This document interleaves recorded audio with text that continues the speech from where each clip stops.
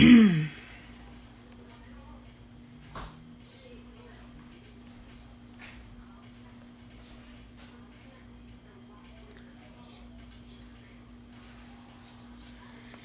hey.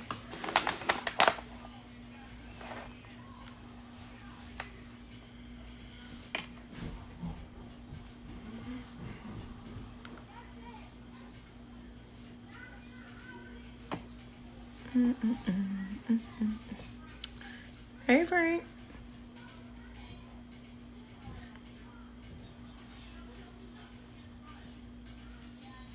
How's wedding plans going? Well, it's almost here, so it ain't even really nothing to plan. Y'all ready to go?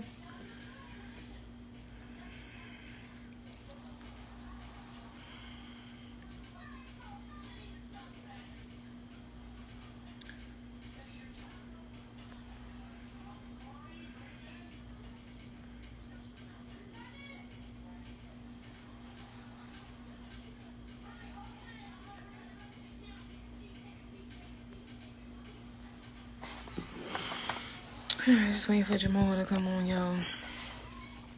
If y'all can share this live, that would be great. Oops.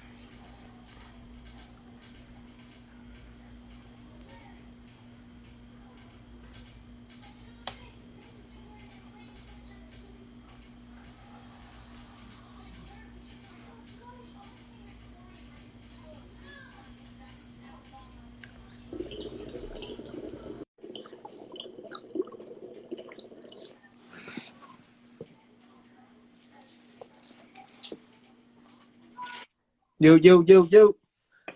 What's up? What's up? What's up, good people? What's up, good people?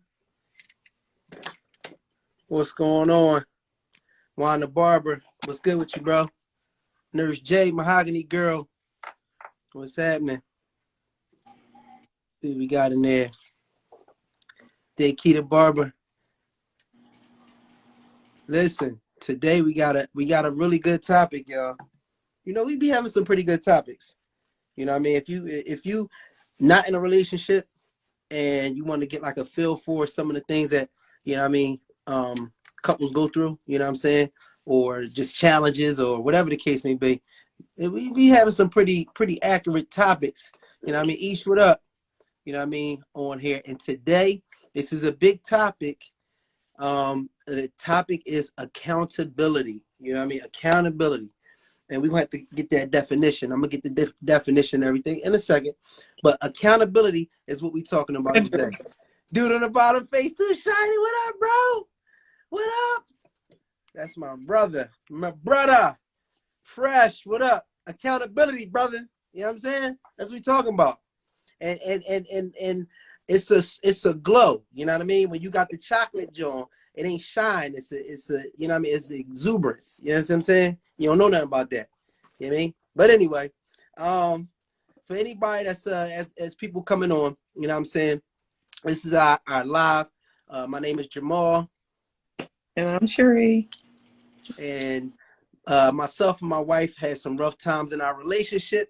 You know what I mean? And we've been really working on getting it back. You know, we still a work in progress, but we use our live to just go over, just to kind of share some issues and topics we might go through, and then also to have people, you know, also share topics or best practices that they go through in relationships and whatnot. It's all sharing. It's a safe space. You know, at the end of the day, it's not always topics about us. Sometimes it's topics about y'all. So if you want to chime in, embrace boutique. What's happening? Sometimes if you want to chime in, you can hit that plus sign down there and you give us your input. You know what I mean? Come on, hop on a live with us, give us your input, because you might have something that you might not just feel like typing.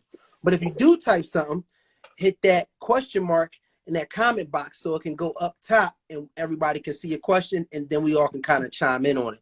So that's pretty much how we rock out with that. All right. Other than that, you know what I mean? That's pretty much how we ride, and we gonna get started in a second. Hey, King's Nat. Cuts, nephew, what up? You know what I'm saying?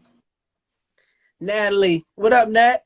Thank you for those healthy snacks in the vending machine that we have. MXL has a new set of vending machines brought to you guys by Keith Scott, that he'll be probably hopping on at some point, and Miss Natalie, the business doctor. All right, so we got, drinks, we got snacks and all that in MXL Suites. All right, for your snacking, conveniences. Oh I made my. it, guys. Yes, you did, nephew. All right, so Frank, Assalamu alaikum. What's going on, bro? You know what I mean? She said, I tried. Yes, you did. Yes, you did. You know what I mean? We talking about accountability. You know what I mean? Accountability today. So I want to hear, what some of you guys feel about accountability. But first, I'm going to just look up the definition so we can all be on the same page. What is accountability? Because a lot of times in relationships, you hear about, he's not taking accountability or she's not taking accountability. But what does that actually mean? All right. So accountability is, I hate when they do that. The fact or condition of being accountable. Responsibility. All right. So accountability is responsibility. Are you taking responsibility for your actions, for something that you did? Are you owning it? Are you stepping up to the plate and saying, hey, you know what? That's me. That's my bad, or whatever the case may be. Are you stepping up to the plate? So for taking accountability, let's have maybe Cherie start off on what that means to you, and whatever direction you want to go with it on accountability side. It's pretty hey Jam. It's Now, pretty what up? self-explanatory. A person taking accountability for their actions during whatever the situation. Hey Twitter. Whatever the situation may be at that time. If you said something wrong, take accountability for saying something wrong or handle the situation wrong. You take take accountability of how you handle the situation. Some people would put the problem on the other person and not taking accountability of, like, they might have said something inappropriate or disrespectful, and it's like every action calls for a reaction. So if you're not taking accountability of what you said, you justifying what you said, but every action calls for a reaction. So some people don't, they were like, no, that's beside the point. I'm just saying. Well, what are you saying? Right. So. Well, I mean, I think like accountability too is definitely taking responsibility for something that you did. You know what I mean?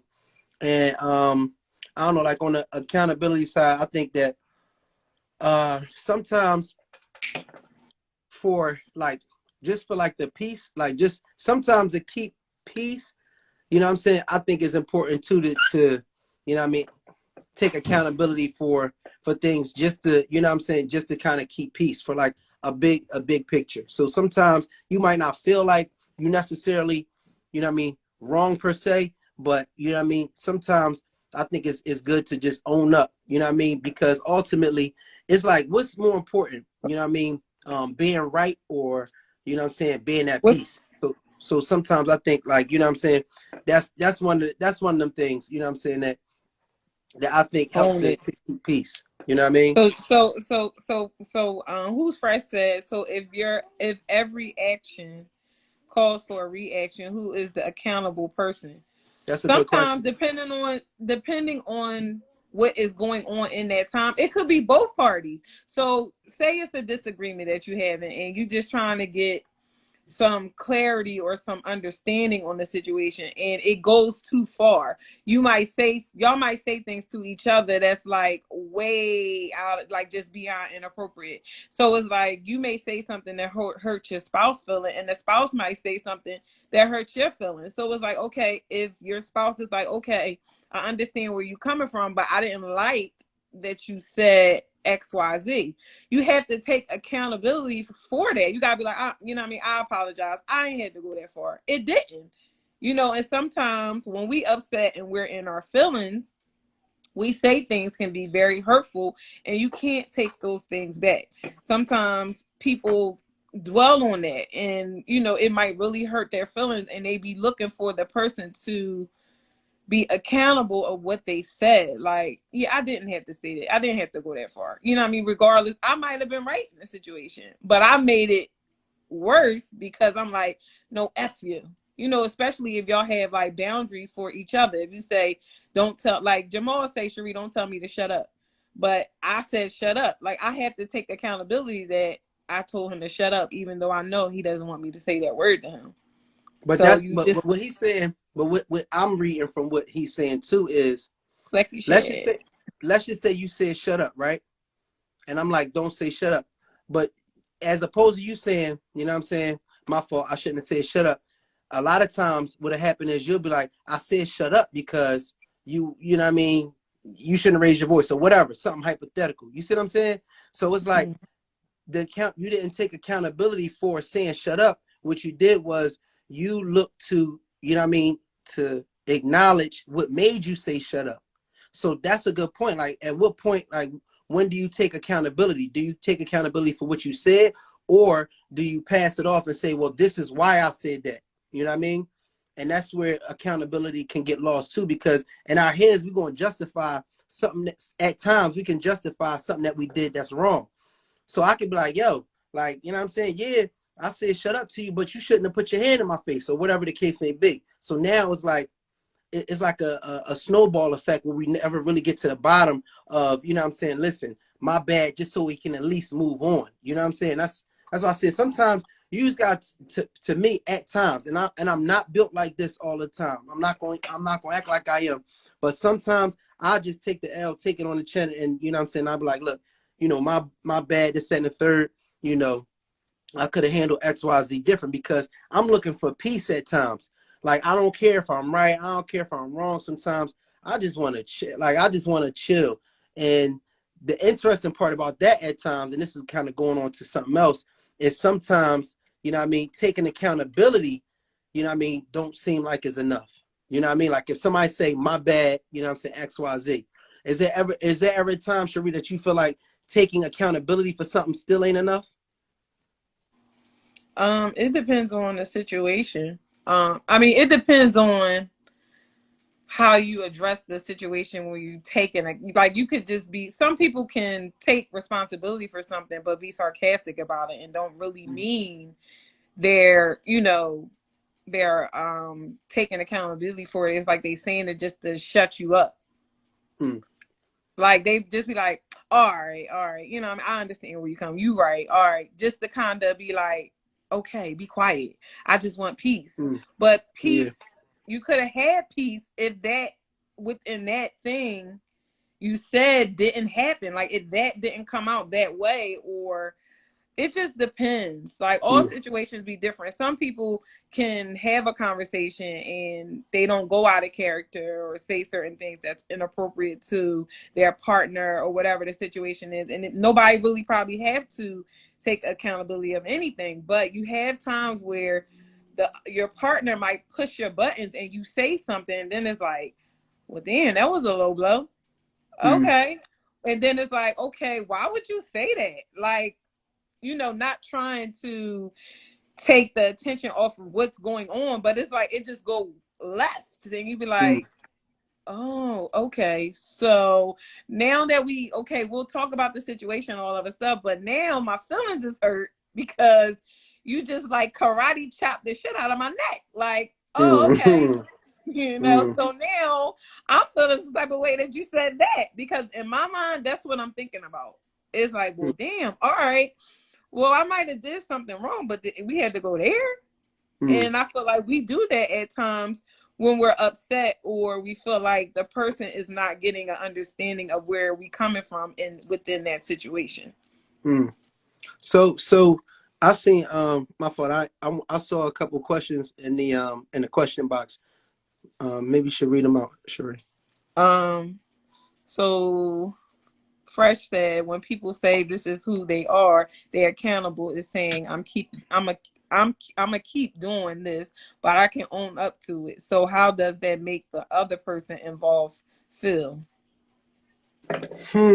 See if you can hop on, Fred, just so you could Frederick, are you you available? yeah, see if you can hop on, because you might have to explain that a little bit to me. because I kind of get what you're saying in terms of like people saying like that's I kind of get it. Like when people say that's who I Triggers. He am. said triggers. We don't know each other's triggers because we all have PTSD. Mm. No. Being black in his heart. Hey, niece. What he say? What he saying now? Oh, here you go. Yo, Hey, bro. Frederick. What up, though? It's What poppin'. up, though? Hey. Part in the garage, man. Part in the garage. Hey, I dig it. Good. Yeah, I'm in the basement. You heard? I could dig it. Big That's the Tigger. man cave, baby. You You know what I'm know saying? what I'm You know what I'm saying? Yo, Scott, what up? All right, so yeah, talk to me, bro. What like So, I break mean, down what you were saying? that statement, I was pretty much Me just saying, say. that statement, I was pretty much just saying, like, accountability sometimes is a for the lack of a better word, like a double-edged sword, because Okay. you can use that to kind of still hurt somebody. You can kind of say, yo, this is who I am, and keep violating people by saying, this is who I am. You feel me? Like, oh, this is what I do. This is how I fall victim of that. You know what I mean? So, I mean, in good and bad ways. There's good things that I do that I say I can fall victim, and this is who I am. Let's say, for instance, somebody that's always giving, always opening their door to somebody. You got a house full of people, yet you always opening your door to a motherfucker. You know what I'm saying? But I'm accountable for it because this is what I do. You know who I am, da-da-da-da. Or the negative part of it, of like saying, yelling at somebody, verbally, mentally, physically, spiritually abusing somebody. I'm accountable. But if you keep saying I own up to it, that's also accountability, is it not? Is it not saying I'm owning up to it, I'm accountable for this who I am? It's not stopping from doing that. So the word accountability, was all I was saying, is for me, it's a tricky word based on it doesn't always solve an issue. You don't mean shit. It sometimes just says I owned up to who I am. Like it, and then if somebody keeps saying, it's almost as if that person's mind will say, like it or not now, nigga, because I've owned up to it. I've been accountable. You feel me? Like shit, I've been accountable for it. Now what you want me to tell you? You want me to change? Or you want me to be accountable for the shit that I am and what I am? You know what I'm saying? So that's why I said that word is. And as far as the trigger part, I would just to reply on what I was saying. Triggers with a lot of people. No matter, you could be together with somebody for 30 years and not know exactly a trigger, like a mind bomb that makes them just blow up. Like, oh shit, like, and that's sometimes that makes it real ugly too. You know what I'm saying? Yeah. So I like how you put that. I didn't even look at it in that way in terms of. You can abuse accountability to a certain degree because you could just own up to it. It's just like, you know what I mean? Like, and then what happens after the third time you own up? That person that keeps accepting, are they crazy, or what's their accountability? What like it's a tricky thing because nobody is the same. Obviously, God gave us all different things, even though we're all humans. But it's something about us that's all different. But still. The accountability, the word that we're using for the day, is the only thing I was addressing. And that word is just because you can be accountable and still not solve the problem. Damn. Whatever there was an issue with. Well, I mean, well, to me, you know what I mean? I feel like if for one, you know what I mean, realizing that you have a problem, I think is like the first step. You know what I'm saying? So I think accountability may be a part of like the first step of change. You know what I mean? Some people really can't even see what they're doing. They can't even own up to it and say, yo, you know what? I do be like tripping, or I do be yelling. You know what I'm saying? I really do need to hone that in. And sometimes you can even connect back to it through accountability and say, yo, you know what I mean? I am, you know what I'm saying, being aggressive. And then sometimes you can look back and be like, you know what? Because everything leads back to your childhood and be like, you know what, on some real stuff, when I really think about it, you know what I mean, my uncle, you know what I'm saying, used to be aggressive with me, and I was raised by my uncle, whatever the case may be. And so now, you know what I'm saying, okay, I'm identifying with the issue, you know what I'm saying, I'm identifying with the issue that I have. I want to do better for this person that I care about, you know what I mean. And so now I got to make steps to working on that. So let's just say is you know what I mean, yelling at, you know what I mean, somebody, you know what I mean, whatever the case may be. All right, let's just say I typically will yell 5 times in a day or whatever. I'm just being hypothetical, you know what I mean? You know, once I've identified that I have a problem with being aggressive, you know what I'm saying? Once I take accountability in front of yourself and myself and say, yo, this is an issue that I do need to work on, you know what I mean? Like if we're seeing progress, if that 5 times that I typically yell goes down to 4 times or 3 times, you know what I'm saying? Like, then we're seeing, you know, some growth. Then we're seeing some progress. And, you know, we know a relationship is So a then marathon. You know what I mean? accountability with action has got to be Mm, what really good is, because accountability alone can leave you at a stalemate. mm, You know, in your scenario, had you just been accountable for being loud, that wouldn't have solved the problem. mm-hmm, You know what I'm saying? Like, the problem wouldn't have been over. Like, I'm loud, so mm-hmm, I don't like being loud. I don't like you being mm-hmm, loud. So mm-hmm, no problem is solved. mm, Accountability with action is kind of where, I mean, listening to what you just said is kind of yeah, where that word kind of is the beneficial word. mm, Accountability alone, Get on now.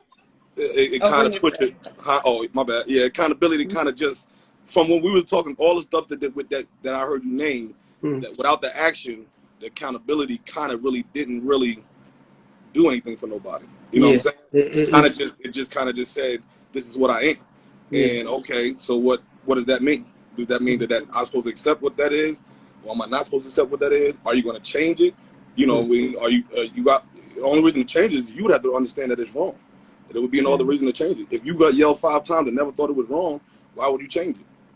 Yeah. It had to be somebody who was affected, I'm assuming, for you to say, damn, I'm about to lose something I love or something like that. Because if not, Mm-hmm. why would we change what we are if that's what we've been doing for so long? So Yeah, that's. I mean, When you that's get a good involved point. with something, you got to be accountable for knowing that you got involved with who you got involved with. Taking right. accountability. Hey, now, see if you can hop on now. I gotta hear what you trying to say. You need to break this down. I need your energy.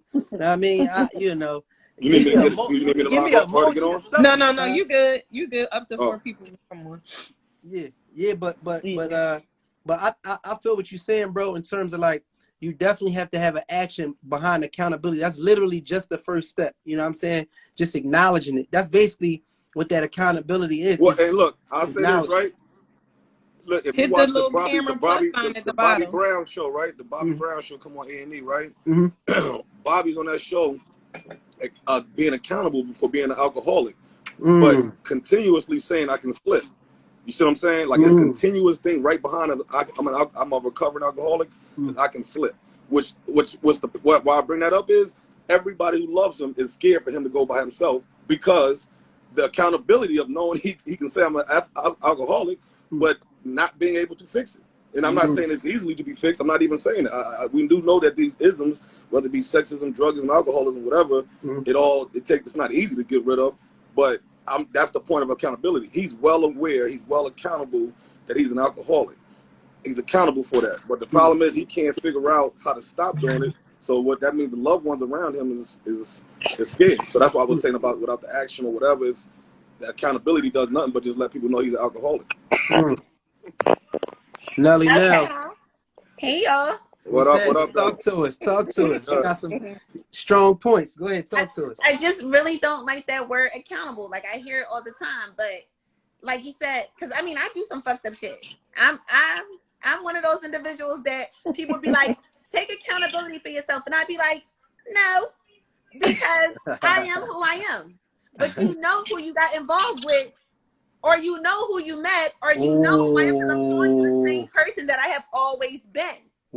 Wait, say that Wow. again. So Wait, say that. She trying Rewind to that. twist Say it. that again. Bro, Say she that Say it again. again. twisting it. Wow. I'm not twisting it. No, say No, it again. Go ahead. say it again. Say what you said again. I didn't hear you. You know who you got involved with. I showed you exactly who I was, and I have been the same person throughout the same time. Damn. That's with my friends. That's with relationships. You can't say that with people, because when people meet somebody, they don't get the first representation. They don't get that person's representation the first meeting.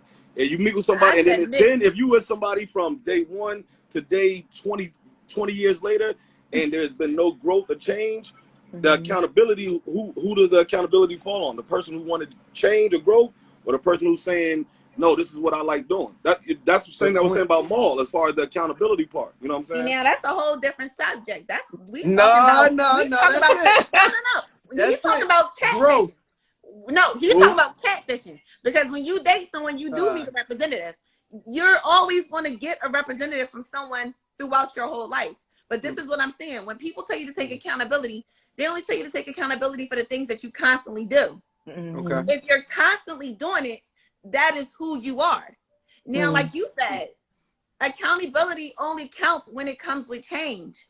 But when change only happens when things are being different on the other spectrum, you're going to get the same energy that you're putting out. So how are you to be accountable for something that you keep giving, that you keep dishing? Well, if you Hold up. That's Right. no. You're not taking accountability if you're blaming somebody else for why you're not changing. Like, you can't I'm go that not route. saying that though. No, I'm not saying. Because no, hold on, real quick. Let's just say, you know what I mean? Now, you started off your relationship. I can't really like put exact time frame on it, but you lost a lot of weight. Right or wrong? Right.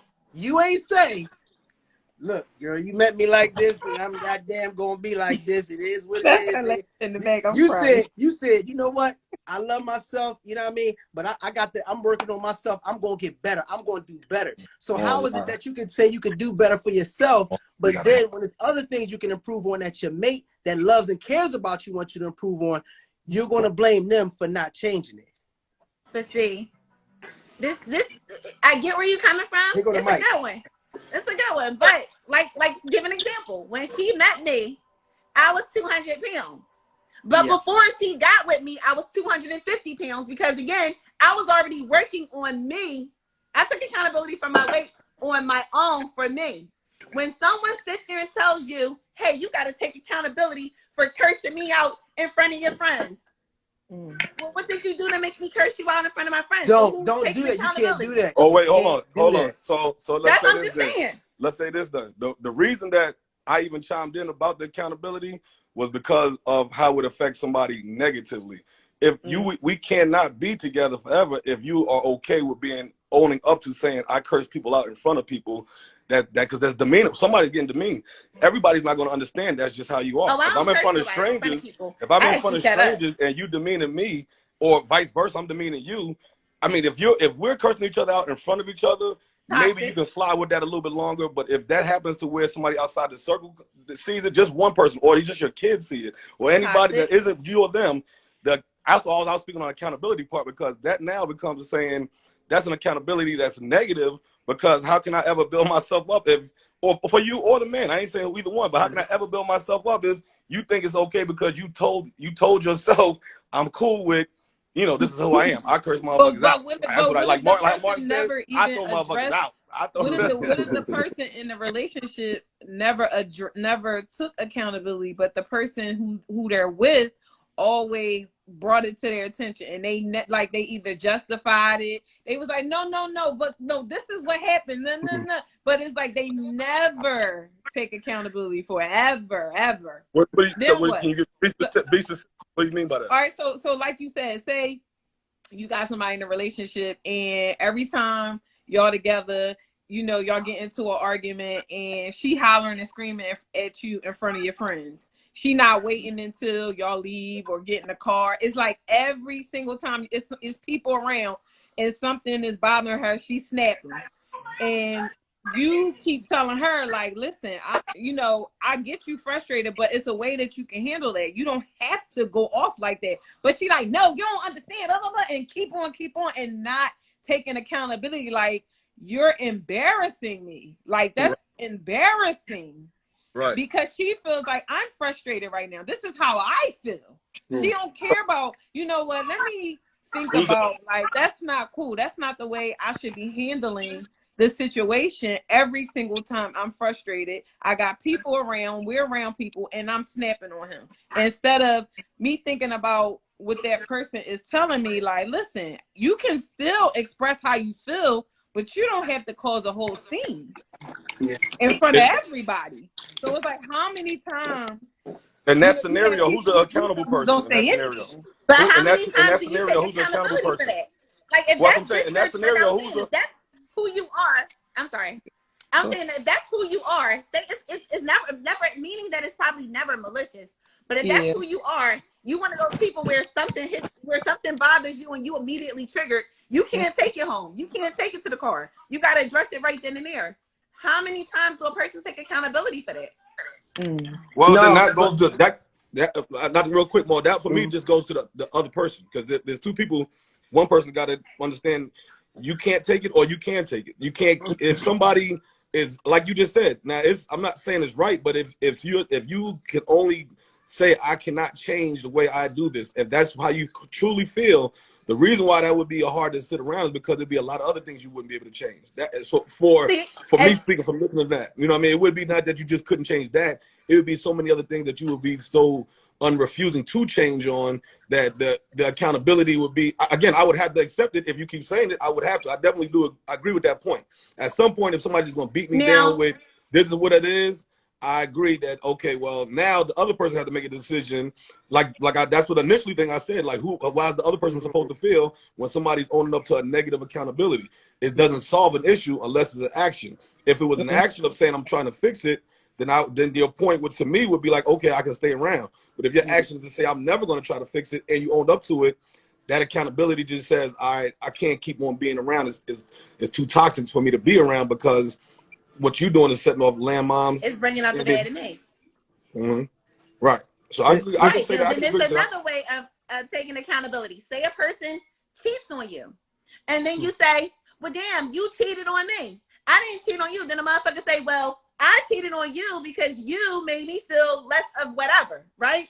So then are you supposed to say, well, damn, let me take accountability for making you feel like shit. Now, are you going to take accountability for not being strong enough and not cheating on me? I'm just saying, because if you're going to start the healing, you're going to have to. If not, y'all going to just not going to stop. And this is the thing. That's why, to me, the word accountability is some bullshit.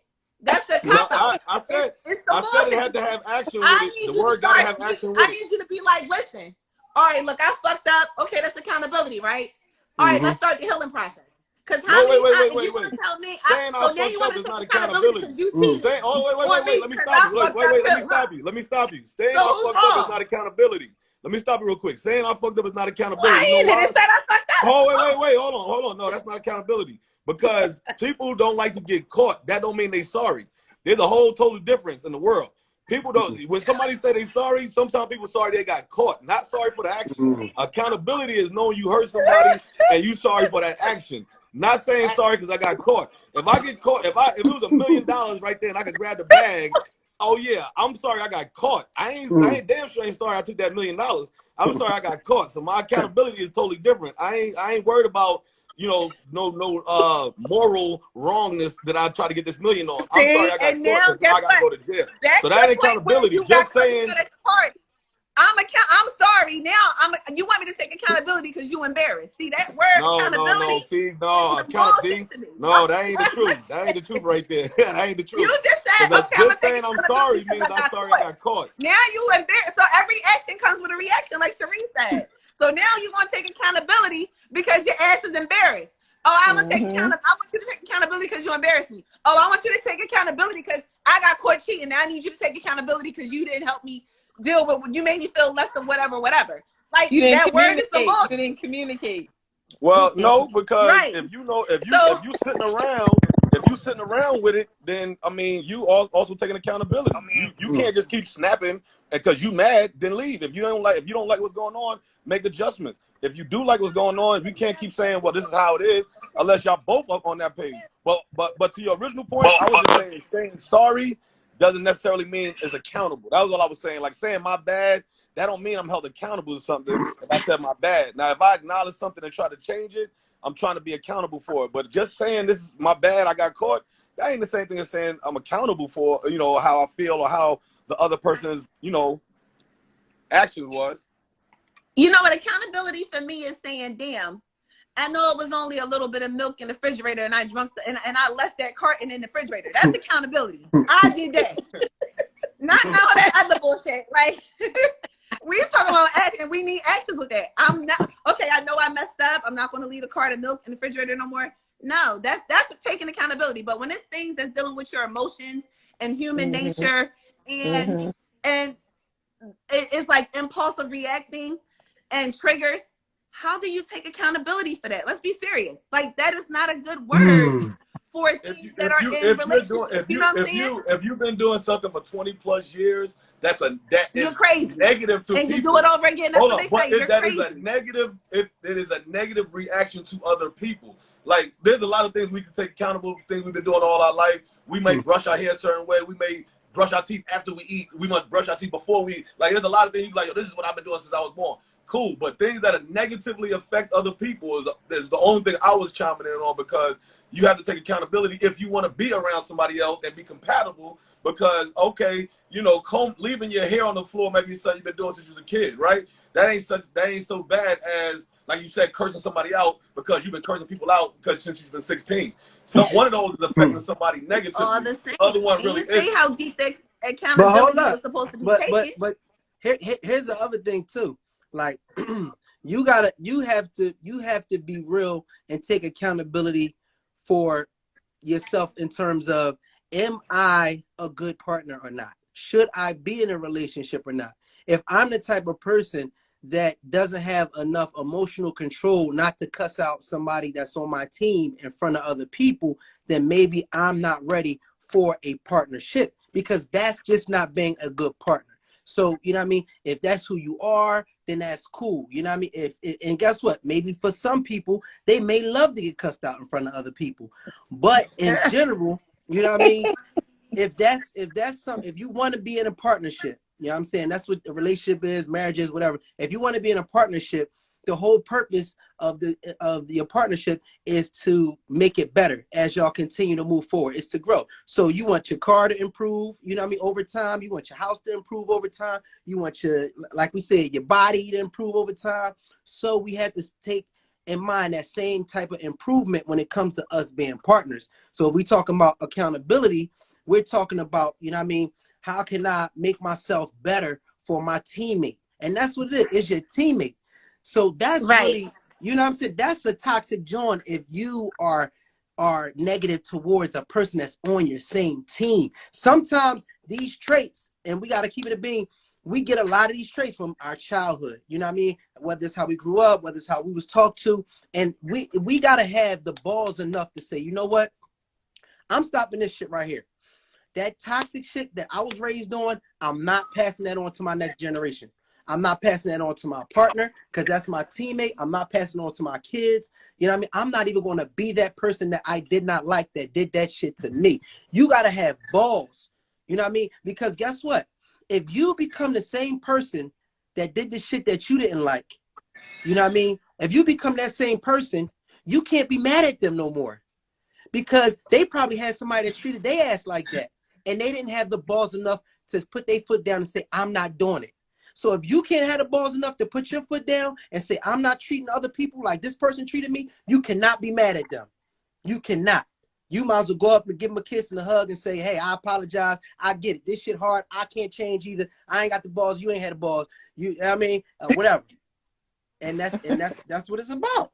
You know what I mean? But you know what? We can't even say that because it's like, I mean, I get what you're saying. I respect that. No, I do get what you're saying. That's some real shit right there. But do you, when accountability, like not to say, but not because I'll be cursing my partner out in public. Child, my accountability is to shut the fuck up. That's what I do. Just so she don't have to curse me out in public. I already know what I'm supposed to be doing. I'm supposed to shut the fuck up. Okay? That's my accountability. I'm taking control of that. Sure. I know. But then is that a way of life? Is that the way you really want to live? Like, I know I want to say something, but I'm not going to say anything because I know it's probably going to trigger them and it's going to get me fucked up. Well, hold on. Let me say this right here. Let me say that real quick on what you just said. Here's a big thing that you just said, which was it was important to me because I don't even know if you said it. I don't even know if you really recognize you said it, and it's a real thing from at least from the male to the man woman perspective. You saying, "Oh, I don't want to say something because I don't want to trigger somebody." Mm-hmm. That is all so close to saying, "I know what triggers him. I can say it and fuck him or her." I'm using this interchangeably. I can say something that could really set them off. So it's almost as if you're holding a pin. If somebody's right there that vulnerable and your thought process is saying, I don't want to say anything because I don't want to go left, it's almost as knowing whatever you're planning on saying is probably a bad timing because it will go left if you know that. I got to know there's something else that could be said so where it doesn't have to go left. It could be love poured into there. It could be walking away that's poured in there. You don't have to be silent or a partner that does not have a voice in the world. I'm not going for that at all. I'm not saying that. But I am saying is that what you would just address what you were saying, because that's I see that online a lot. That was very important. Like the key thing I'm saying is, like just give an example. whatever y'all argue about something, you could just say something that he knows damn well that ain't what this ain't the right time for this to be let out. You know what I'm saying? Or line. You right. know it. You can say it. You can say it as nicely or as arrogantly or as politely as you want. You know it's not the time to say so. So if that's even on the tip, it's as if you got the gun to somebody's head, like I'll shoot. And that go back to what Maul was saying about being on the team. How can we play as if every time you got a gun in my head, like you can kill me? That ain't the team. You know what I'm saying? The team is saying, all right, I'm shooting this gun in the air to let us know, all right, we got to get back together. But if it's at my face, that means you ready to take me out at any given time. That part of accountability, what you just said, was strong. But not saying not to say nothing to bite your tongue, not you like you can't talk. I don't want to be misconstrued of not saying, oh, bite your tongue for man or woman, not to say, because I heard Maul say too, like, oh, sometimes I just for peace. I'm not saying not to say anything just to be silenced. I'm saying we both, all four of us know there is certain things that if said at the wrong time, it's like in a robbery. If you're in a robbery, the last thing you want to do is tell a nigga kiss your ass. Like what? Wow. Like yo, that's right. Ain't really say. You know what I'm saying? Like, you know what I'm saying? Everybody get down, kiss my ass. Boom. First one get. Who's that on Listen, if we go do a robbery and I said kiss my ass to one of us, if somebody said one of y'all said kiss my ass to me and we in a robbery, already going to take accountability for the fact, okay, she on some shit. We try to get this money. I'm gonna get out of here. I'm not going to shoot you in your face. I'm like, let's get this money and get out of here. No. He said if you're getting robbed. No, I said if you're getting robbed. If I walk in your face, yeah, I rob y'all and you scream out kiss my ass. Guess who'll be the first one to get it? You know what I'm saying? Like, so I mean, it's because you know this not an appropriate time.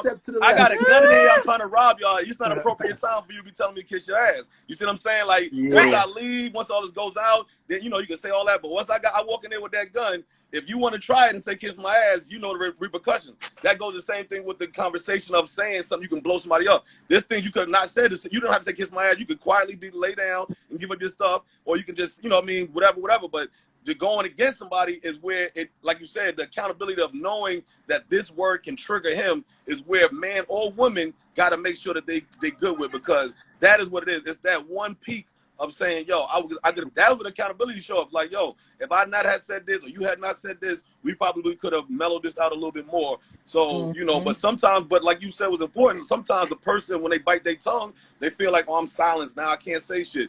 And I don't think it's that turns into something too when you feel correct. like I agree. You can't express yourself. You can't say what you want to say. Within that moment, it's like I know if I say something. But you got to know, like I just said, you got to know you can't say kiss my ass with the gun. We got to know that. You know what I'm saying? We got to know. Well, what about actions? You know, actions alone. Like, even if it's like, okay, you out at a party and you know you want to dance. I want to dance. But you don't want to get up and dance because you know your partner going to be like, bitch, why you get up and dance? And then now you got to be like, when you get back to the car, well, it was a party. I'm going to dance. I mean, listen, there's a meme with a nigga picking somebody up and twirling her. Dog, if you going that far, you're out of the control. If you're on the floor doing the Tony Montana, you know what I mean? You're on the floor doing the joint, you know what I'm saying, from the Bronx Tale. You know what I'm saying? We just doing a little salsa, a little merengue, a little ba. Cool. You dancing by yourself, though.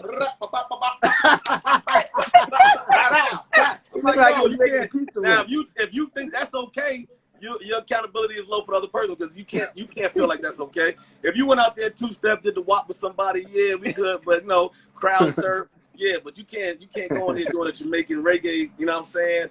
We can't do that. We ain't talking about twerking. We just saying you just dancing. Just dancing. You dancing by yourself, and then all of a sudden they trigger because they want you to. Oh well, yeah. I mean, that goes to you got to know your partner.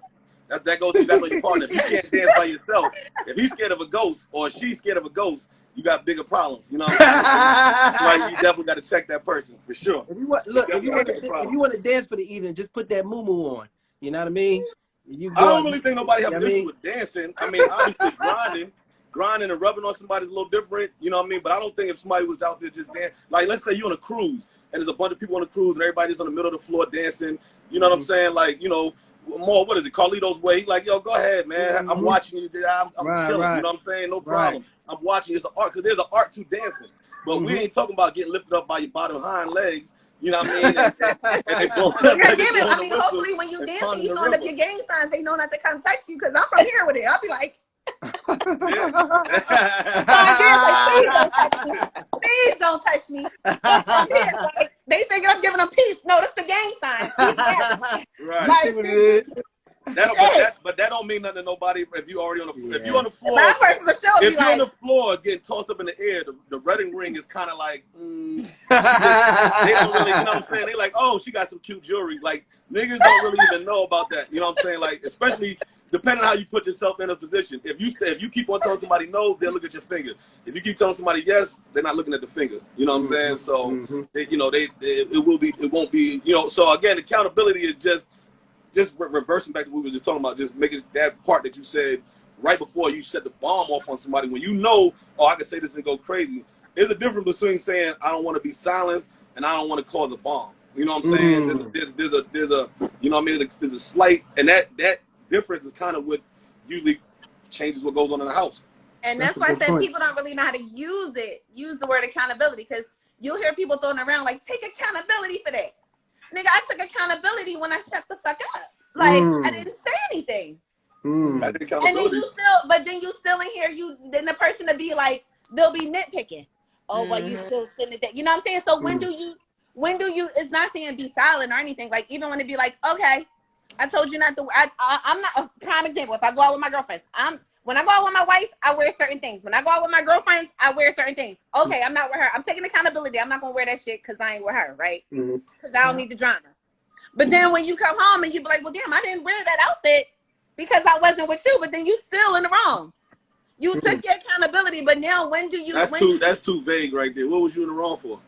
I just know certain things I'm saying. Ain't nobody just say you in the wrong. You know why you was in the wrong? Because you just came in at 4:30. That's why you was in the wrong. You came in at 4:30. You know what I mean? That's why you was in the wrong. I mean, not you personally. Not you personally. I'm saying that person would have been in the wrong. Not you personally. I'm saying that person would have been in the wrong because now you told me I was coming in. We all know the close club at 2. Fuck you doing here at 4:30? What you want, the after hour spot too? Now, like, then you say, like, what's going on? Right. So is that taking accountability? Is that taking accountability? It's too late to take accountability.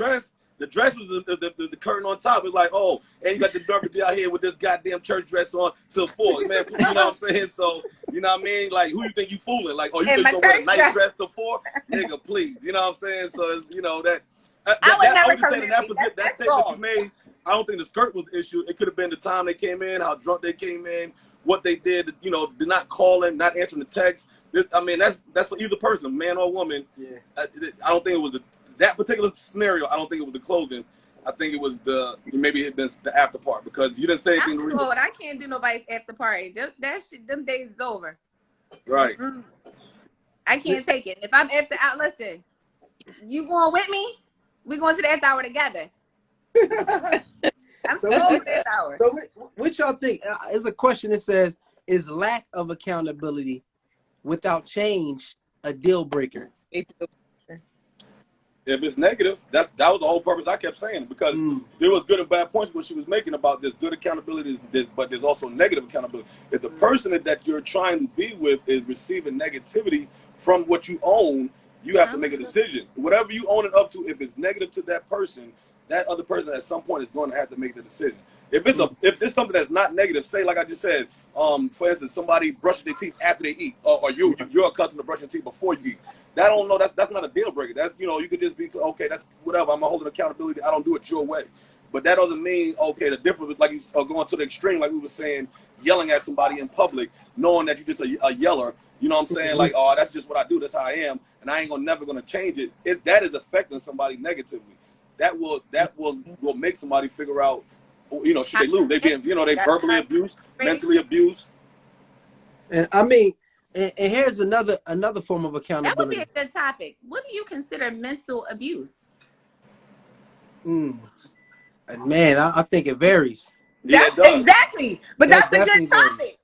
That's a very good topic. That's a great topic.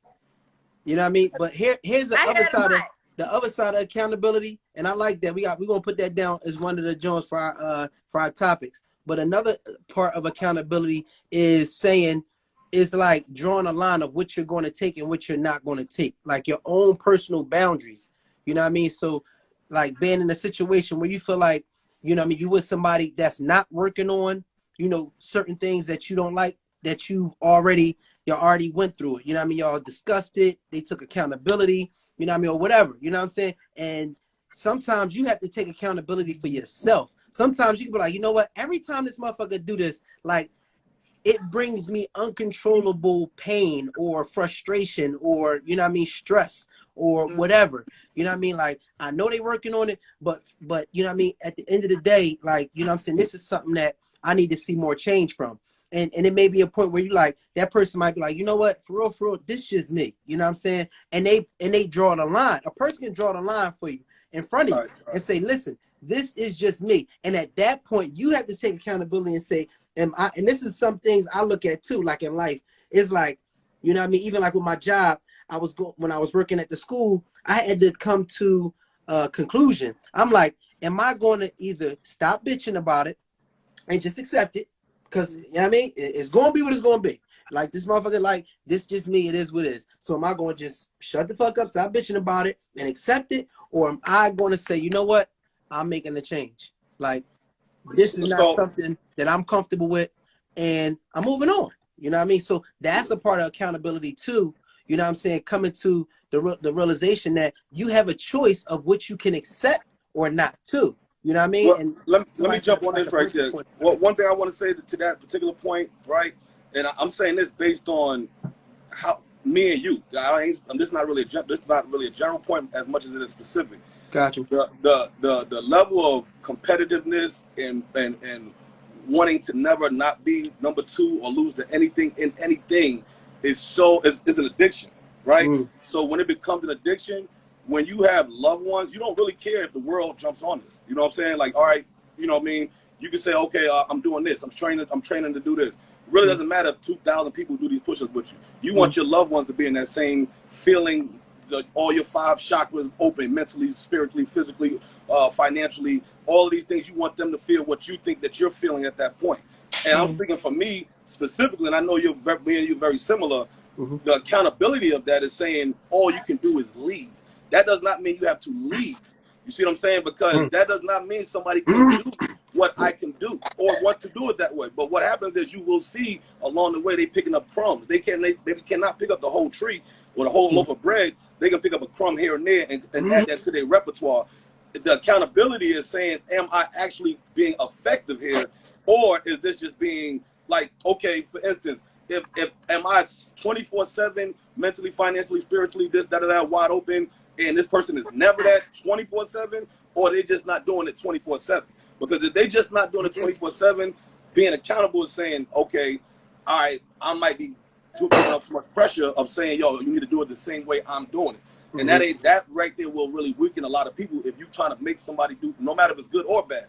You know what I mean? Even if it's smoking or clubbing, or if it's or if it's working out, or if it's eating right, no matter what extreme it is, you can really lose somebody if you don't be accountable of saying, all right, I don't want to have to leave because you're not doing it the way I'm doing, but I have to make sure that I am leading and they are actually receiving some of the stuff I'm doing. You know what I'm saying? Because to make them do it the exact way is going to be tough. You got to be a certain type of person to lead. You know what I'm saying? Well, I agree. Yeah, I agree. You also got to understand what kind of person you're dealing with, too. Some people are not meant to be led. Some people want to be known, and then they're going to take it and move how they want to move with it. Agree. That's not a partner, though. Those aren't partners. So we don't speak of people as partners. Not a partner. That is not a partner. If somebody's got something, even if we're equal, even if we're equal, there's somebody that's leaning a little bit more forward to the other in certain areas. So all we're talking about is in those certain areas. Even if we're equal, I'm not saying that it should be a dominant male role or female role. Either one. I by no means am I putting that out there like that. I'm simply saying even if it's equal, there's going to be certain things that one person is going to need to lean on the other person more. Now, when that happens, when that happens, I was saying like, specifically with Maul for example, or me, if we go out and want to work out every single day, and we want our partner to work out every single day, the accountability is not saying they're doing nothing wrong by not doing what we do every single day.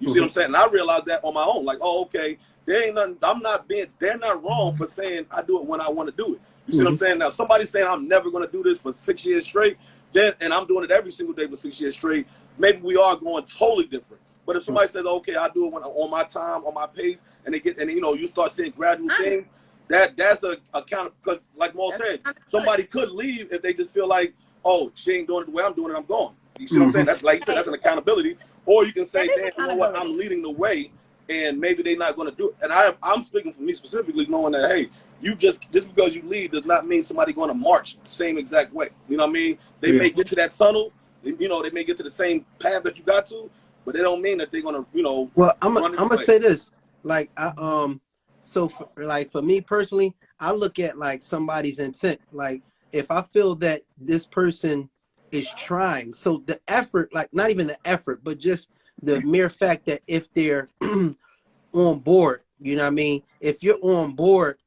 and we're in a partnership, you know what I mean? I understand our partnership is like is a marathon. So for me, I'm, you know what I mean? It don't necessarily have to be, you know what I'm saying, anything overnight. But if I get the inkling that you're not like you're not willing to make an adjustment, I have to make a decision at that point. I'm not saying that you're making an adjustment, but you're just going at your own pace. You know what I mean? Because again, that's a marathon thing. If you was smoking 100 cigarettes and then, you know what I mean, a year from now you smoking 50 cigarettes, yeah, I don't want you to smoke at all, but damn, that's a lot of fucking progress. You know what I mean? So, right. So I mean, in all reality. And you're saying if the person decides that you're gonna keep smoking 100 cigarettes a year, but if they said I'm never gonna stop smoking cigarettes, I have to make a choice. You know what I mean? Because you said like, damn, like this is what I'm gonna do, and you're to a certain degree, you're saying, you know what I mean? Like you said, holding yourself accountable. Well, I wouldn't say holding yourself accountable, but you're acknowledging what it is that you're doing, and you're putting out there, you're proclaiming like this is how it's going to be. And that's real. You know what I mean? Some people can say, look, this is my attitude, it's going to be like that.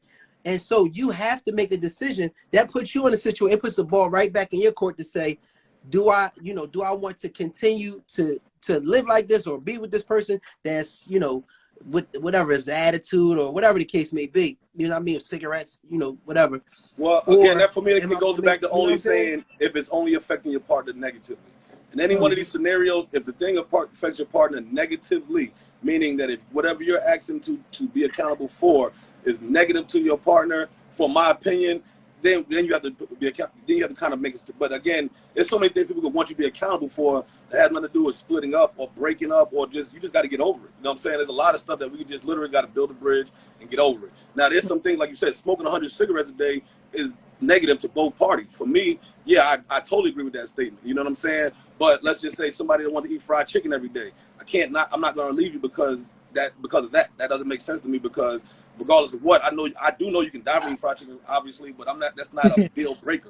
You see what I'm saying? That's not something I got to hold somebody accountable for. So somebody says, so what if your partner what if your partner always wants to have sex but throughout the week he's not showing you the love you need?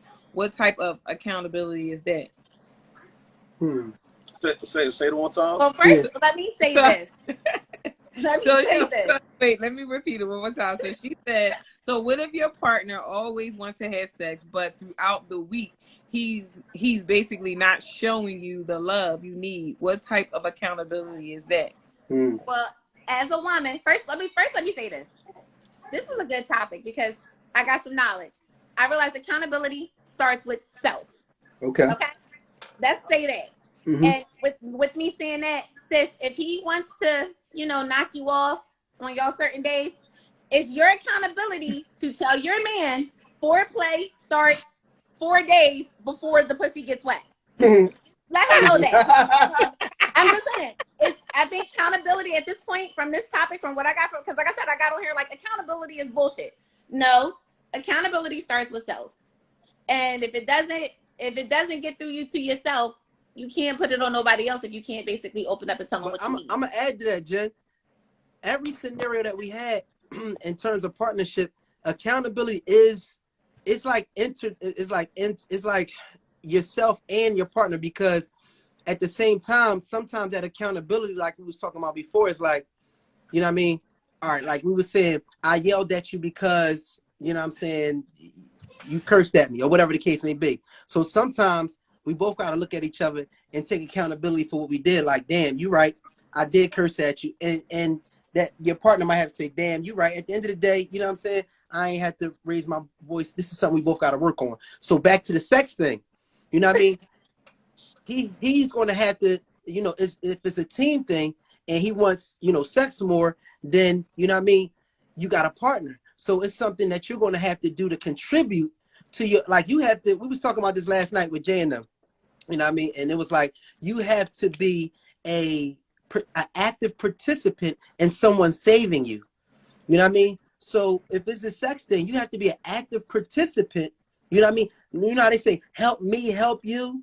Mhm. So if that's Right. the case, you know what I mean? What is your responsibility? Because accountability also spoke to responsibility. So what's your responsibility in this sex thing? What could you be doing while I'm doing what I need to be doing for us to bring this together? You know what I'm saying? So we can be on the same page. So I And you wanna just see. hit it on the I want to head. see. It I starts want. with self. Right.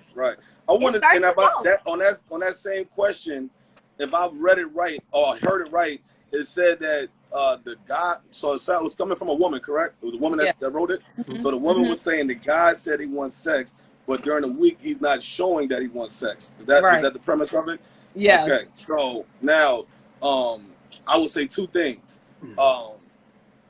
One, depending on your age and the amount of kids you got, all that having sex every single day of the week gets motherfucking tough as a motherfucker. I don't give a fuck what you is, what going on.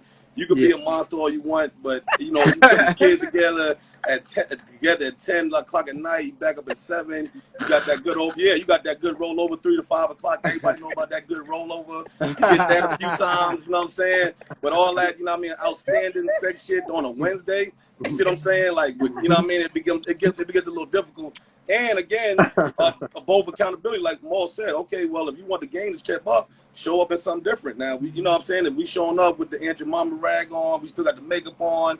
Yeah, okay, yeah. No, that's not that ain't no shot. I'm saying if we can't. That ain't what one. If you saying, oh well, why did it happen on Wednesday? Why didn't it happen on Thursday? Why happen on Friday? Why sometimes, and that go for the man too. Same thing. Nigga, get your hair cut. You know what I mean? You ain't cut your hair in 2 weeks. I know shit hard, but you forget there's people at the house that's watching you. You sitting there, you know what I mean? Your hair halfway grown in, your beard fucked up. You know what I'm saying? You talking about, oh, what's up? Why nobody want? You know what I mean? Yeah, you know what I'm saying? What's up? You know what I mean? So I mean, I definitely on both ends for me. My first thing is saying, if I don't know their scenario. Now, if it's just her and him in that house, I don't see why they shouldn't have, be having active sex. If there's kids in that house and there's schedules and there's daycares and there's work and there's that, I can't see why it will slack off a little bit, or at least fall into a certain time frame where everybody know what that time frame is. You know what I mean? You roll over. You know what I mean? BT gospel is on. You got to turn it down. You got to turn it down. You got to turn it down. Go right back to sleep. You know what I'm saying? Everybody have a good morning. You know what I'm saying? So, you know what I'm saying? You get back up, but all that, 8 o'clock, I'm ready. Kids knocking on your door. Dinner ain't even ready. They still watching a movie. That part right there, you gotta schedule for sure if you really need it more than you're getting it. Schedule? If you're not getting it when you need it, you should. I mean, you schedule everything else in life. Why would you not want to schedule what's going on? Everything else in life that you got to get done right, you got to schedule. I mean, every one of your business appointments, you got to schedule for. I hate to have to schedule it, but guess what? No. Well, when I say schedule, I don't mean like, okay, point this out for 2 weeks from now. I'm saying we got a time frame. Yeah, let me be clear. Yeah. No, I remember on Boomerang when she was like, yo, she can see you April 31st. Like, so that's 3 weeks from now. No, I ain't talking about that. I'm talking about, when I say schedule, I'm talking about like a time frame, like, okay, this is around the time frame we both know we can respectively own up to doing this. Because somebody can be tired at one point and somebody may not. But at a certain point, everybody should have got equal amount of rest. And that's usually around 3 or 4 when everybody got a chance to chill and they back up. So that's what I mean by that. That's what I mean by schedule. I don't mean schedule like, yo, July 17th is your appointment day. Be here at 6 o'clock with a towel. No, I don't mean it like that. I'm saying, you got to make sure your timing during the day is scheduled. I'd be like, look, it's been 3 days. Hold on, we got to schedule this now.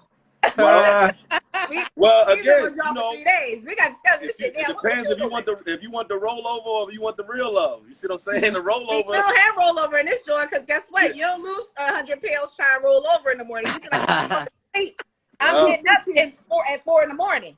Yeah, well. You getting up with me? The rollover works best because everybody wins. I'm just saying, everybody wins. Everybody's a winner. We took accountability for that because I mean, I'm sure all you looking for a grand champion winner. Accountability for that. Start You finding looking for train you looking for places. grand champion winners. We just trying to win a regular relay. We just want the That's relay. it. That's We it. want the ribbon. We just want the ribbon. We don't need the gold every time. Just need the ribbon. Participation. Just the ribbon, baby. You know what I mean? Just a congratulations It's paper, easy a for plaque. y'all. We just need that plaque. It's easy for Bad them. part. Bad part. Right. I mean, you know, don't get mad at us. But Don't it's get crazy mad. because we talked about that on one of the lives, and I was saying like, men are microwaves and women are ovens. Y'all pop in, pop out. We need to be warmed up. Period. So it's not the same. Well, the thing about that is we just the explanation. I agree with that, but the thing about it is on 7 days a week in scenarios that we just talked about, it makes it a little difficult. That's all I was saying. She didn't say they want that 7 days a week. She said he don't get her ready. No, she said every day of the week he want to do something, but then he never do it. Nuh-uh, she said if he wanted to do it, but during the week he treats me like shit fried rice. Yeah. Oh, he not showing that he wanted it, but doing it during the week. And I said it's like an argument, but he's not showing that that's what he wants to do. So then, how does he show that? Or How do maybe you he's show just that? toxic. What are you saying? What's the answer to that? What's the showing that? I think what she's saying is like one of the new things is that foreplay starts at the beginning of the day. You know what I mean? It like starts in the beginning of the what? How you treat, you know, your spouse or your mate or whatever the case may be. So treating her, you know, pleasant, whether it's flirting, sending a text message, what up, boo? You know what I mean? What up, fatty? You know what I'm saying? Or whatever the case, your little, you mean, words with damn it. You know what I'm saying? So that's what I'm thinking. She's saying, like, you know, be buttering me up. You feel me? Like, butter me I the can fuck get that. up. And like you know what? We like I will say this though, right? Your food in the oven while it's preheating. You gotta. I can agree to that. Like basically, he's not being romantic. Like he's not showing that he wants to be intimate with her. But some people really don't even know. Dude, let me ask you this: Do some people already know their romance? Do some people know? Do women know the man is romantic or not? Because it's very rare in this day and age that somebody got swept off their feet based off of romance. Like that, in this time frame, it's very rare that any. Now you saying it don't happen. I'm just saying it's rare. It's more rare cases of somebody saying I met this person and romantically they swept me off my feet. Now there might have been some things as a man that you've seen or a woman that you've seen in that person that swept you off your feet. Some of their traits, but romantically the way that it was 30, 40 years ago of these kind of romantic dates and things like that. And all that. It does not. I don't think that happens as much. I could be wrong, obviously, but I don't feel like that happens. You feel like that there's a more romantic dates in the world? I don't know what everybody else got going on. I've been off the meat market for damn near almost 7 years. But what I know over here, then we can't base a comparison on one. If we laid 10 people in the room, if you had to name 10 people in the room, if you had to put 10 people in the room, would they all be like you, or would the majority be like what I was talking about? What majority? I'm saying we got to go by majority. We can't go by one person. Yeah, we can't just go by one. So I'm saying if we put 10 people in a room right now, it's a great probability that the 10 people are going to fall in a position where they're not romantically inclined and to what they be. And back to the word accountability. Guess what? She might like romance is different to everybody. Mm-hmm. She might I agree. That's why I just asked. You know what I'm saying? That's romantic. Play. You got to get to the head. I agree. Right. Romance is different to everybody. No, I agree, but that's why I asked. To me, when my wife walked through the door at 10 o'clock, oh shit, yes, it's a good day. This is romance. Right. I agree. No, that's why I asked that's why I asked what was her thing, because maybe he does not know what is romantic to her. That's the only reason I asked that, because if it's not a universal thing, see, men have some certain universal things that you can do that is we don't care as much about romance. There's certain universal things y'all can do. Y'all can come in butt naked, y'all can come in with nice stuff on, y'all can, you know what I mean, start out with a whole lot of money with us, take us it's universal stuff. We don't need flowers and a nice steak. You don't even need steak that much. You know what I'm saying? It's universal. Women don't have a universal button. Everything is different to what romance is to that person. That's true. And he might just thought that she liked them for the D. And now, all right, she ready to get the D again. Let's go, y'all. I ain't going bang. Let's go. All right. Yeah, the romance I gotta go. You know what I'm saying? The key word there was take accountability. You got the D in the beginning. That was knocking you What was the romance though? That was my point. What was the romance? But at 30 days. What they say, 90 days? 90 So days. 90 days enjoying the day, but in that between that time, he should have been listening, and that's when accountability comes in. He should have listened effectively. If he's there, if you keep the job after 90 days, you did right. That's and in your scenario, if you get the job after 90 days, you did right. If she let him go within that 90 days, then your point, I agree. But if you keep the job after 90 days, I've been doing right. So now you're the one changing and you haven't told me you changed. Not only have you changed, you have not said this is what I no longer like anymore. 40 Did they say 40 is the new 20? Is it 40 new 20? But 40 is the new 20. I gotta go to the gas station $40 to get $20 worth of gas, right? For sure. So 90 days ain't shit. Okay? Well, I was going by your scenario. 60 days. It's I was using your scenario. 120. You realize if you're gonna stay or not. Well, I agree. I'm just saying it could be 2 years before you realize. But if I got the job, I got the job is all I'm saying. So if I got the job, but also though, Fred, too, even when you get jobs, you get reevaluated too. I agree. But I mean, you have to, you got that. Before I do that, that don't happen overnight. You don't just say you fired if you can't do this no more. You now tell me, no, these are the new rules, and you have to start doing this, and you give it got time to do that. You don't just say, I'm tired of y'all because y'all, things done changed. No, that ain't fair. How the job gonna change, and I don't know. I've been picking this mind all this time. We gotta change light bulbs. Like, hold on, what? Nigga, I don't know nothing about light bulbs. I don't even know nothing about light bulbs. I gotta pick this mind. You know what I'm saying? Accountability comes in because you already gearing them up, just like you said, foreplay. We want y'all to foreplay with us, but women foreplay with niggas every day. Not to say like as far as sex wise, but we train y'all to do certain things. So that's where her accountability should have came in, and she started laying stuff down. Yeah. Panic no more. That's why I realized from this. I agree. That's why I was saying that is what does it mean to her? I agree with you for that part. That's why I was only saying what does it mean to her, because it won't mean the same thing to you or Sheree that what means to her. So we don't know what it meant to her, and if it changed in those 120 days. Can put in the comments like flowers, things like that, and she agreed. But what if she's not a flower person? That's what I'm saying. What if whatever it was going on? But she said yes. She said yes, like stuff like that, like flowers and just being romantic, things like that. Like he must. Is that how he started out? He started out doing that and then stopped doing that. You know what I mean? Because let her comment. Let her comment. No, that was actually not what I'm saying. She started out doing that and stopped. No, that's what I'm saying. I want her to respond. Yeah, because if he never gave you no flowers, like she said, if it was a slice of pizza in the cheesesteak all the time, why you want flowers now? You know what I'm saying? Like, because it's called a reevaluation. It's called a reevaluation. So now I nothing agree. stays the same. When you at a job, things change. Listen, if you doing your job, that Burger King for 27 years and got 350,000. But guess what? You need to alter. No, I agree with you. I do agree with you, but you do have to let, when the job changes, you have to let the employee know before you fire them. That's all I'm saying. He did in the beginning. He did in the beginning. As a person, it's human nature. You don't know what you like until you try it. That's like me feeding you cheese eggs every morning, but then I say, hey baby, let's try an omelet. And then you like an omelet. It's like you gotta also throw it out there.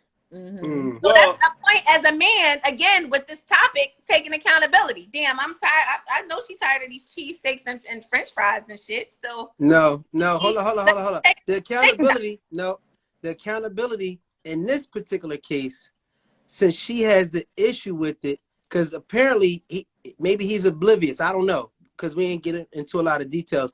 But if she's saying, he needs to be evaluated. So what I'm saying is this: in this case, you got to take accountability if somebody's not, tending to your needs. That means either you're not communicating that to them, or you're not following up. You know what I'm saying? So the communication, we need to know if the communication was put out there so he can know, all right, cool, things done changed. You know what I'm saying? Cool. This how she wanted. He said, yeah, he does, girlfriend. He need evaluation. So my thing about the evaluation thing was, y'all would, in the scenario, it sounded like the person was getting fired before he got told what the evaluation is.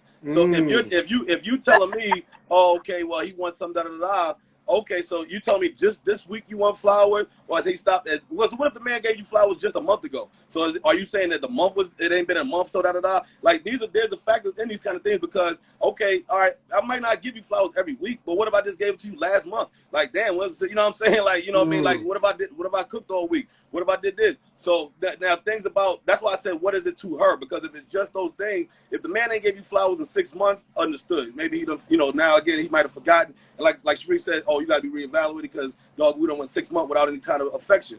But if I just gave them to you a month ago, Mother's Day was a month ago, and you know what I'm saying, now we in June. not just and for now Mother's we in Day. June, and you like, yo, nothing don't be happening. You know what I'm saying? Oh, man. You had Mother's Day flowers. No, you didn't even hear the end of it. You didn't even hear the end. I said if I just gave you something on Mother's Day and we're in June. He stopped being romantic altogether. Hey, so listen, hold on. This is the thing too. I mean, so in terms of like, okay, this partnership thing, like maybe y'all might need to really dig deeper. It might be beyond sex. It might be stress, you know what I'm saying, that he going through. It may be, some things that you may be going through, that's not putting you in the right mood when he wants to have sex or whatever the case may be. You know what I'm saying? It might be something deeper. Well, it didn't sound like the sex was the issue. It sounded like both of them are saying he's not doing any pre-sex stuff. You know what I'm saying? Not doing no foreplay. And I'm just saying it. But she's saying like it just stopped completely. Like, so he was doing pre-sex stuff, but then it stopped completely. So it might be something deeper, because you know how stress can be. You know what I mean? Like, stress can build up, and you can really be not in that mood. You know what I'm saying? I mean, but I will money say can this. Be tight. You know what I mean? I could definitely say this, especially from a male point of view. If you financially messed up, spiritually messed up, a lot of other things can mess your vibe up when it comes to sexually. But the thing about that is you got to really kind of realign that, because you can't mess the partner up because of you being messed up. You know what I'm saying? So it's the truth though. You can be messed up, and sex is not really but that's, you know what I'm saying? It really don't matter. You can't expect somebody to just roll over neither when you feel like it's I agree for you, because you I already messed them up mentally with the nonsense you got going on. So you don't want to be romantic. You don't want to be this. You don't want to be that, because you have all these personal issues. So now you done put that energy on me. But then when you ready, now I got to roll over. No, but this the thing. Hold Hold on, up, misunderstood the rollover. The rollover was only said because ain't no other time. That's what I was talking about, the rollover. But I know you said that part. I'm just saying, but for that's probably what this situation is. It's like, all right, come on, let me hop on you and get to the point. It's not, let me wine and dine and love and kiss and hug you. But this what I'm saying. Like, let me just get what I need to get and get on, because I'm going through some shit. Hold on. But real quick, I respect that. This is the thing. Like, we really attacking this on a very surface level. What I'm trying to explain to y'all is we all Black, and we all in communities where there's a lot of trauma going on. What I'm saying is, instead of, well, when you want me to roll over, now all of a sudden, no, take all of that energy and put that to the side for a second. He might need some of your emotional feminine energy. He really might need some of that. Like, it depends. He might need you to, you know what I'm saying? I'm gonna say this. What I just learned, and when I do respect, and I understood it clearly, was they saying the same thing or vice versa. So if I gotta do all of that, then nigga, when I want, on Tuesday, when I want some flowers, on Wednesday, when I want my butt rubbed and nothing else, on Thursday, when I just want to be kissed on the forehead, that's what I want. It's because if you need all of that emotional, and I agree with that, because it's true. Like, nigga, sometimes we need it, like you just said it, but at the same time, it's like, yo, if you can't just not do it the other way too, which it seems like old boy is doing, where it's just not happening on the other end. Like, yo, all right, you got to be stressed. That's cool. But if I'm here with you, then I'm going through that stress with you. But that don't mean that you can not do the stuff that I like. You know what I'm saying? I disagree with that. Took your accountability. Now, my advice for you: treat him like you go over 2-3 o'clock in the morning and be like, "Nigga, wake up." Oh, you won't get no turn down. You won't get no turn down. Yeah, you won't lose that. You won't lose on that one. You don't get no turn down. A nigga right there at 2 o'clock like, what? What is that? What? I ain't sleep. A nigga at 2 not sleep like, what? I'm up. I'm gonna be like, you know what? I'm just starting to like, I can't. You can't. It's really hard. It's really kind of hard to try to like sexually slut a man out. Like, that part really not gonna really. You can't like, all right, I'm gonna get it now. Got you now. Bye. That not really gonna work for a guy. You know what I'm saying? That's really. I'll be honest with you. You know what I'm saying? Yeah, you don't threaten the man with a good time. Yeah, exactly. You can't do that. That really don't work for a guy. You know what I mean? You can't try to send a guy off like, I got him right now. Bye. Okay, I guarantee that they're gonna be as happy. Now you're gonna start getting what you want. Now you're gonna start getting exactly what you want. Like, what you said? Oh, you said you need a house? Let's go. I got it right now. Come on, get 2 houses. Come on, I need 2 houses. Right, two. Let's go. Yep. He is not gonna crawl up into a corner. Yeah, that. You know what I mean? But it might be reversed for women, and I understand that and respect that. It may not work that way, but that. Take your power back. But it won't work that way. It won't work that way. Is all I was saying for the man. That's what I'm saying. All right, put it on the shop. Look, pull your vibrator out. You know he coming. Shit, you already hit yourself an hour before he woke up. That's a good John. That's a good John. Yeah, well, yeah, because ready, pride is ready. heavy. Pride is heavy. If a man, at some point, if a man does not feel like he's actually doing it, yeah, then you got to change up. I agree. I can agree. I can agree. I can agree. My shit up. I can agree to that part. I can agree to that point. I can, because pride is heavy. Pride is heavy for a man. So what you saying? Get right for him or get right on your own? Well, what you saying? What you saying now? Because you already know he's gonna get you right. So bless your nut, because I mean that's the only thing. You can have the rest, nigga. My shoulders. Right. I tell my wife that all the time. If we ain't busting no nuts, I can't do it. I gotta go do all this other stuff. My shoulders. If we can't get there, For sure, you gotta that's a get fact. first, and then you let him come along while he think he did something, but you already got yours. Right. I think that's a good solution. If the point is if you're stripping that pride from that man by doing that, I agree to you. And I don't say that in a negative way. I'm saying that like seriously, because if a man don't feel like he the one, you know what I mean, actually providing that for you, then yeah, it's gonna be like, hold on, I gotta work harder, or I gotta figure out why I can't. So that part I agree with. But I was just saying, you ain't, like Maul said, you ain't gonna threaten us with no good time. You damn sure ain't gonna send us by our way all sexed up and think that you just got over on us. That ain't gonna happen. I can promise you that. You know what I'm saying? But to your point, you can't remove some of the pride from us by saying, all right, you done quicker than me. Like, hold on, how you finished before me? Like, you know what I'm saying? Yeah, that right there can, that's, you know what I mean? That might, you know, man, that might make somebody more alert. But to the other topic, how many times have you lied to your man? Oh, I'm pretty sure they do a lot. I'm just saying. At the 3 a.m, you ain't gotta lie. That's out there. You know what you think about it? Yeah. That's, you know. I must really be like a man trapped in the back, because that's my hours. I'd be like, no, it's everybody hours. That's everybody got about 5 hours of sleep. The kids is still asleep. You got the everybody hours. I went to sleep for an hour. Now I'm like, wake up. You out woke. That's why I said BT gospel on. You gotta turn it down. Channel. Gospel. Gospel. But I was just back to that other girl. I was just saying that the guy stopped. I mean, there's a few things. There's a few things that it could be. You know, it could be a worst case scenario. It could be something going on in the house. It could be, you know, like Maul said, there's a few things. But what Sis said, I totally agree with, and I understand what she was saying. Was like, if we got to coddle you, you got to also do that to us, whether you stressed out or not. And that is important to remember. That's what I did say. Like, one thing I do, I got to keep conscious, even though men, you put a lot of stress on you and be like, yo, you know, putting the world on your shoulders, so to speak.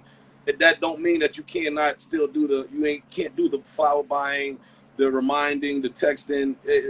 As hard as it may seem, I'm just saying it is a scenario where you can you got to remember to do so, because if you want the same thing, like you said, if you want the availability at 3 or 4, you got to be able to do the, you know what I'm saying, the midday stuff as well. You know what I'm saying? Man, yeah, listen, we ain't gonna beat around the bush.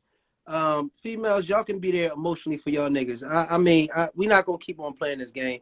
You know what I mean? You can be there emotionally for your man. Men need emotional support and all that too. So it is what it is. You can dance around it all you want, but if your partner can't be there for you to support you emotionally, if you being vulnerable to your woman, you know what I mean, to your mate, you know what I mean, then what are they there for? Like, I got to go through all this on my own, and I should be able to be there for my mate as well. So we're not gonna cut that. You're not getting roses right now. I'm stressing, my nigga, and we need to. You know what I mean? I need a hug. Fuck that. You know what I'm saying? I'm not popping nothing tonight. You know what I mean? Well, I don't think nobody disagreeing with that. I think the issue is you gotta make sure that you do the same thing when you're mad to the mate. That's, I think, what's more important. When you have to do that same, you have to reciprocate that same emotion to the mate, even when you're mad, even when you're stressed out. What if you stressed out for a whole year? Should you not give nobody that? And that's very real. You can be stressed out. Listen, hold on. If I'm stressing, why you want flowers? That's our problem. If my wife is stressing, I Then need then to, why I you need to want help the her. same reason you want three in the morning sex? Yeah, Shit, but the same reason. To me, that's our He problem. If my like, wife is stressing, I'm stressing. I'm not looking, you know what I mean? Like, it's certain things that's gonna be different, and we gotta work through that. You know what I'm saying? It is, you know, it is that's how it be. We Like got sometimes you another gotta work, woman that want to come on. you gotta work through it. Bring it I'm Oh, on. on. I'm all right still. now. Okay. Now, Get off Hold of here. on. Wait, I gotta. Let me see. Oh, I did it. Did I do it? No, I didn't do it. No, you just turn your camera off. I got oh you. yeah, she got it. Yeah. Oh, you said you gotta go? No. You good. You good. You just went out so somebody can come on. Oh. Yo, Blah blah fucking blah. Just like I said yesterday. Why do it always have to be the men that are always against the fucking women? When did you Why hear that? can't- Hold on, no, when did you hear that? no, When no, did you no, hear no. that? When did you hear that? No, sir, you had your time. This whole No, I'm just saying, when did you hear that? No, I heard no. From who? This Who said that? Jamal. Jamal know what I'm talking about, sir. Oh, okay. Every single show, every time we on here, it's always about what the man need. Nah, nigga, what about what the woman need? What about Jay, what the Jay. woman need? I definitely addressed that It's 4 or 5 always, times. oh, well, what if I the definitely man don't- agreed, what if and don't know I how to- agreed and addressed that 4 or 5 times, at least Right. 4 or 5 times. We did. Right. I What agree is- with you. I agree with Okay. you about 4 or 5 times. Right, but I'm talking about what I just heard y'all say. Okay. So a lot Jamal of things, I got it. I wasn't on earlier. I had a client, so I'm catching the end. So I'm hearing. This is what I'm hearing. So one person said, one man said, well, Oh, wait, did we look like that when we did that? she should be able to adjust to the man. No, why the fuck do women have to consistently Jamal. adjust to the man? Like, why? Why It's is a it? partnership, that's why. why. Can't men? Because it's why a partnership. Why can't it You is a adjust to your partnership. partner. It is So a whoever's in partnership. need, and in that particular case, the man was in need, adjust to him. Right. And If it just was her, like adjust to just her. like the man is in need, but also women are in need too. But it's always That wasn't the scenario. And we agreed though, but we agreed that the woman should. That was exactly what the point we said though. We said that I told Maul, I said, yo, the issue that Sis was saying is that the woman also is saying if you are stressed out, that don't mean that you can avoid doing the stuff that's supposed to be done to the woman or to the mate or to the woman. So I totally agree with you. Your point of it can't just be one sided, but I think Maul's major point was.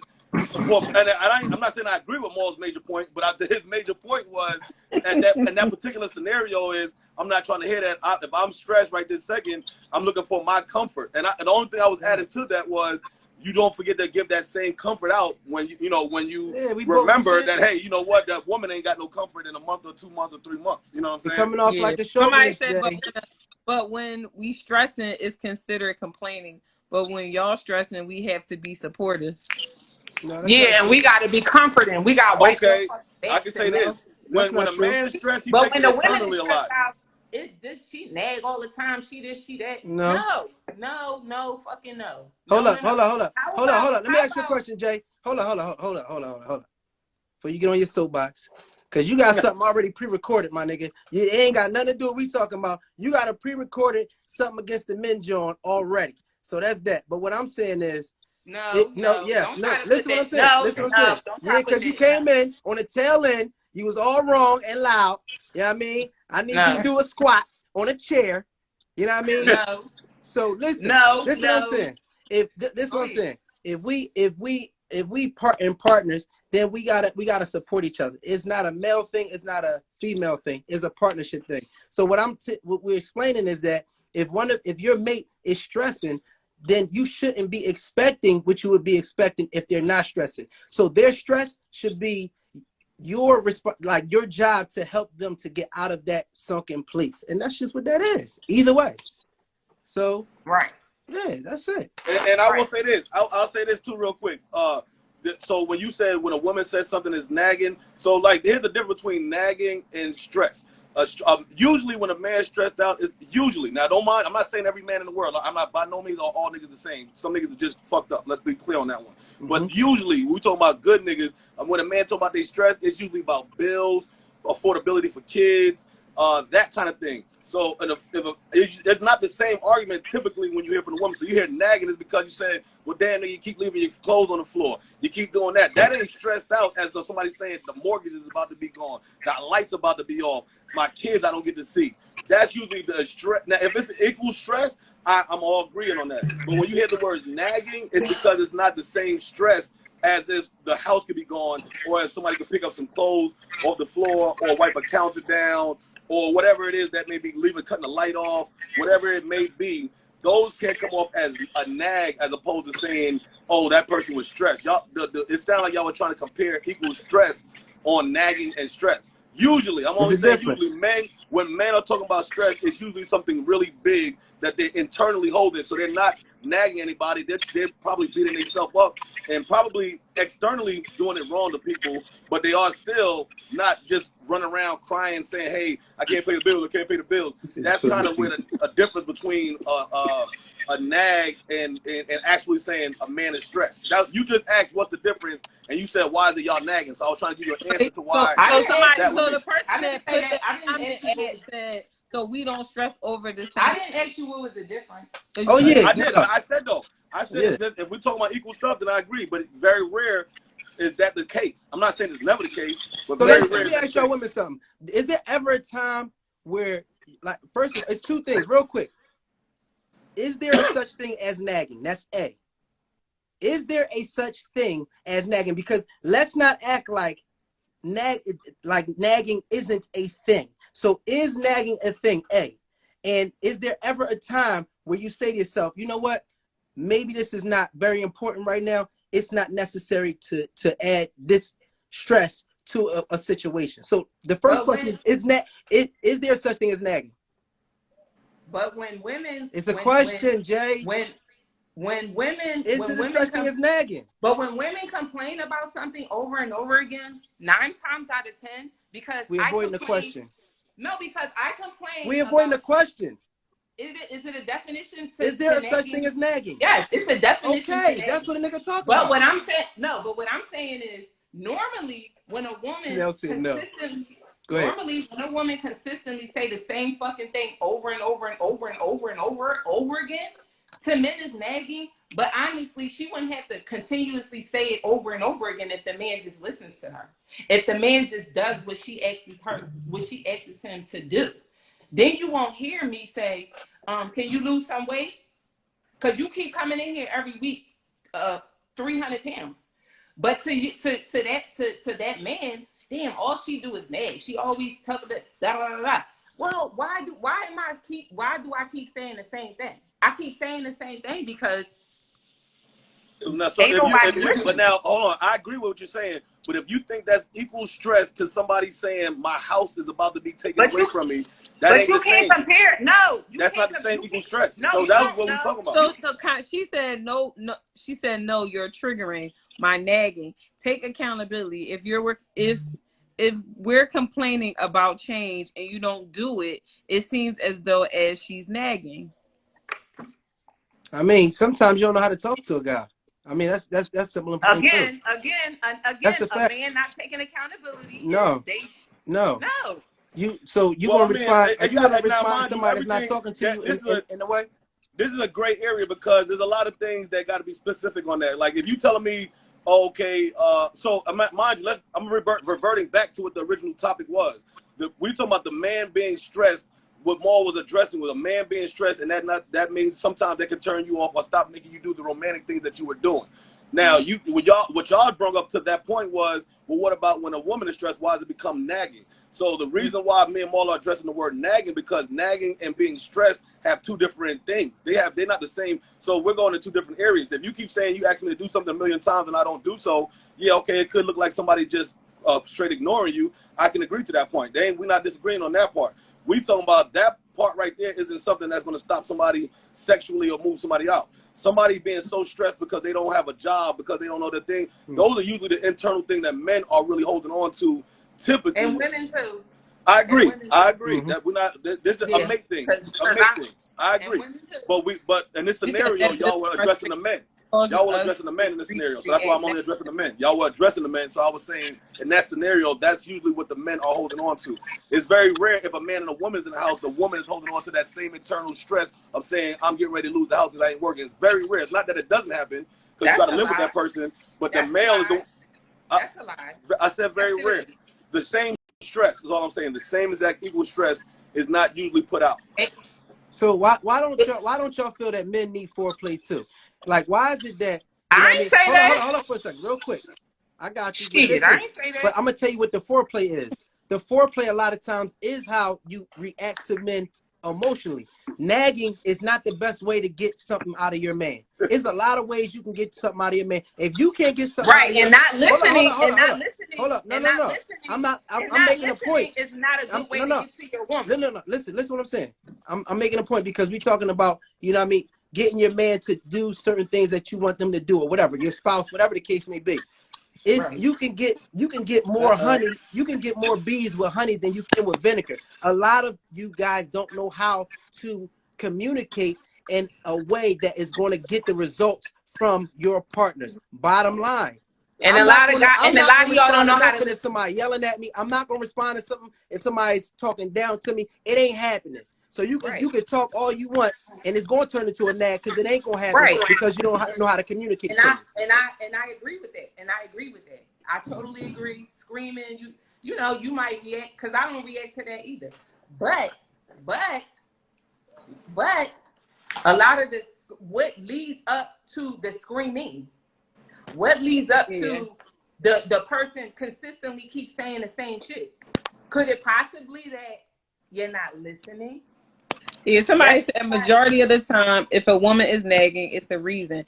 Guys need to figure out why and not get caught up on the fact that she's complaining, but actually listen to why she's in that mood. Keyword.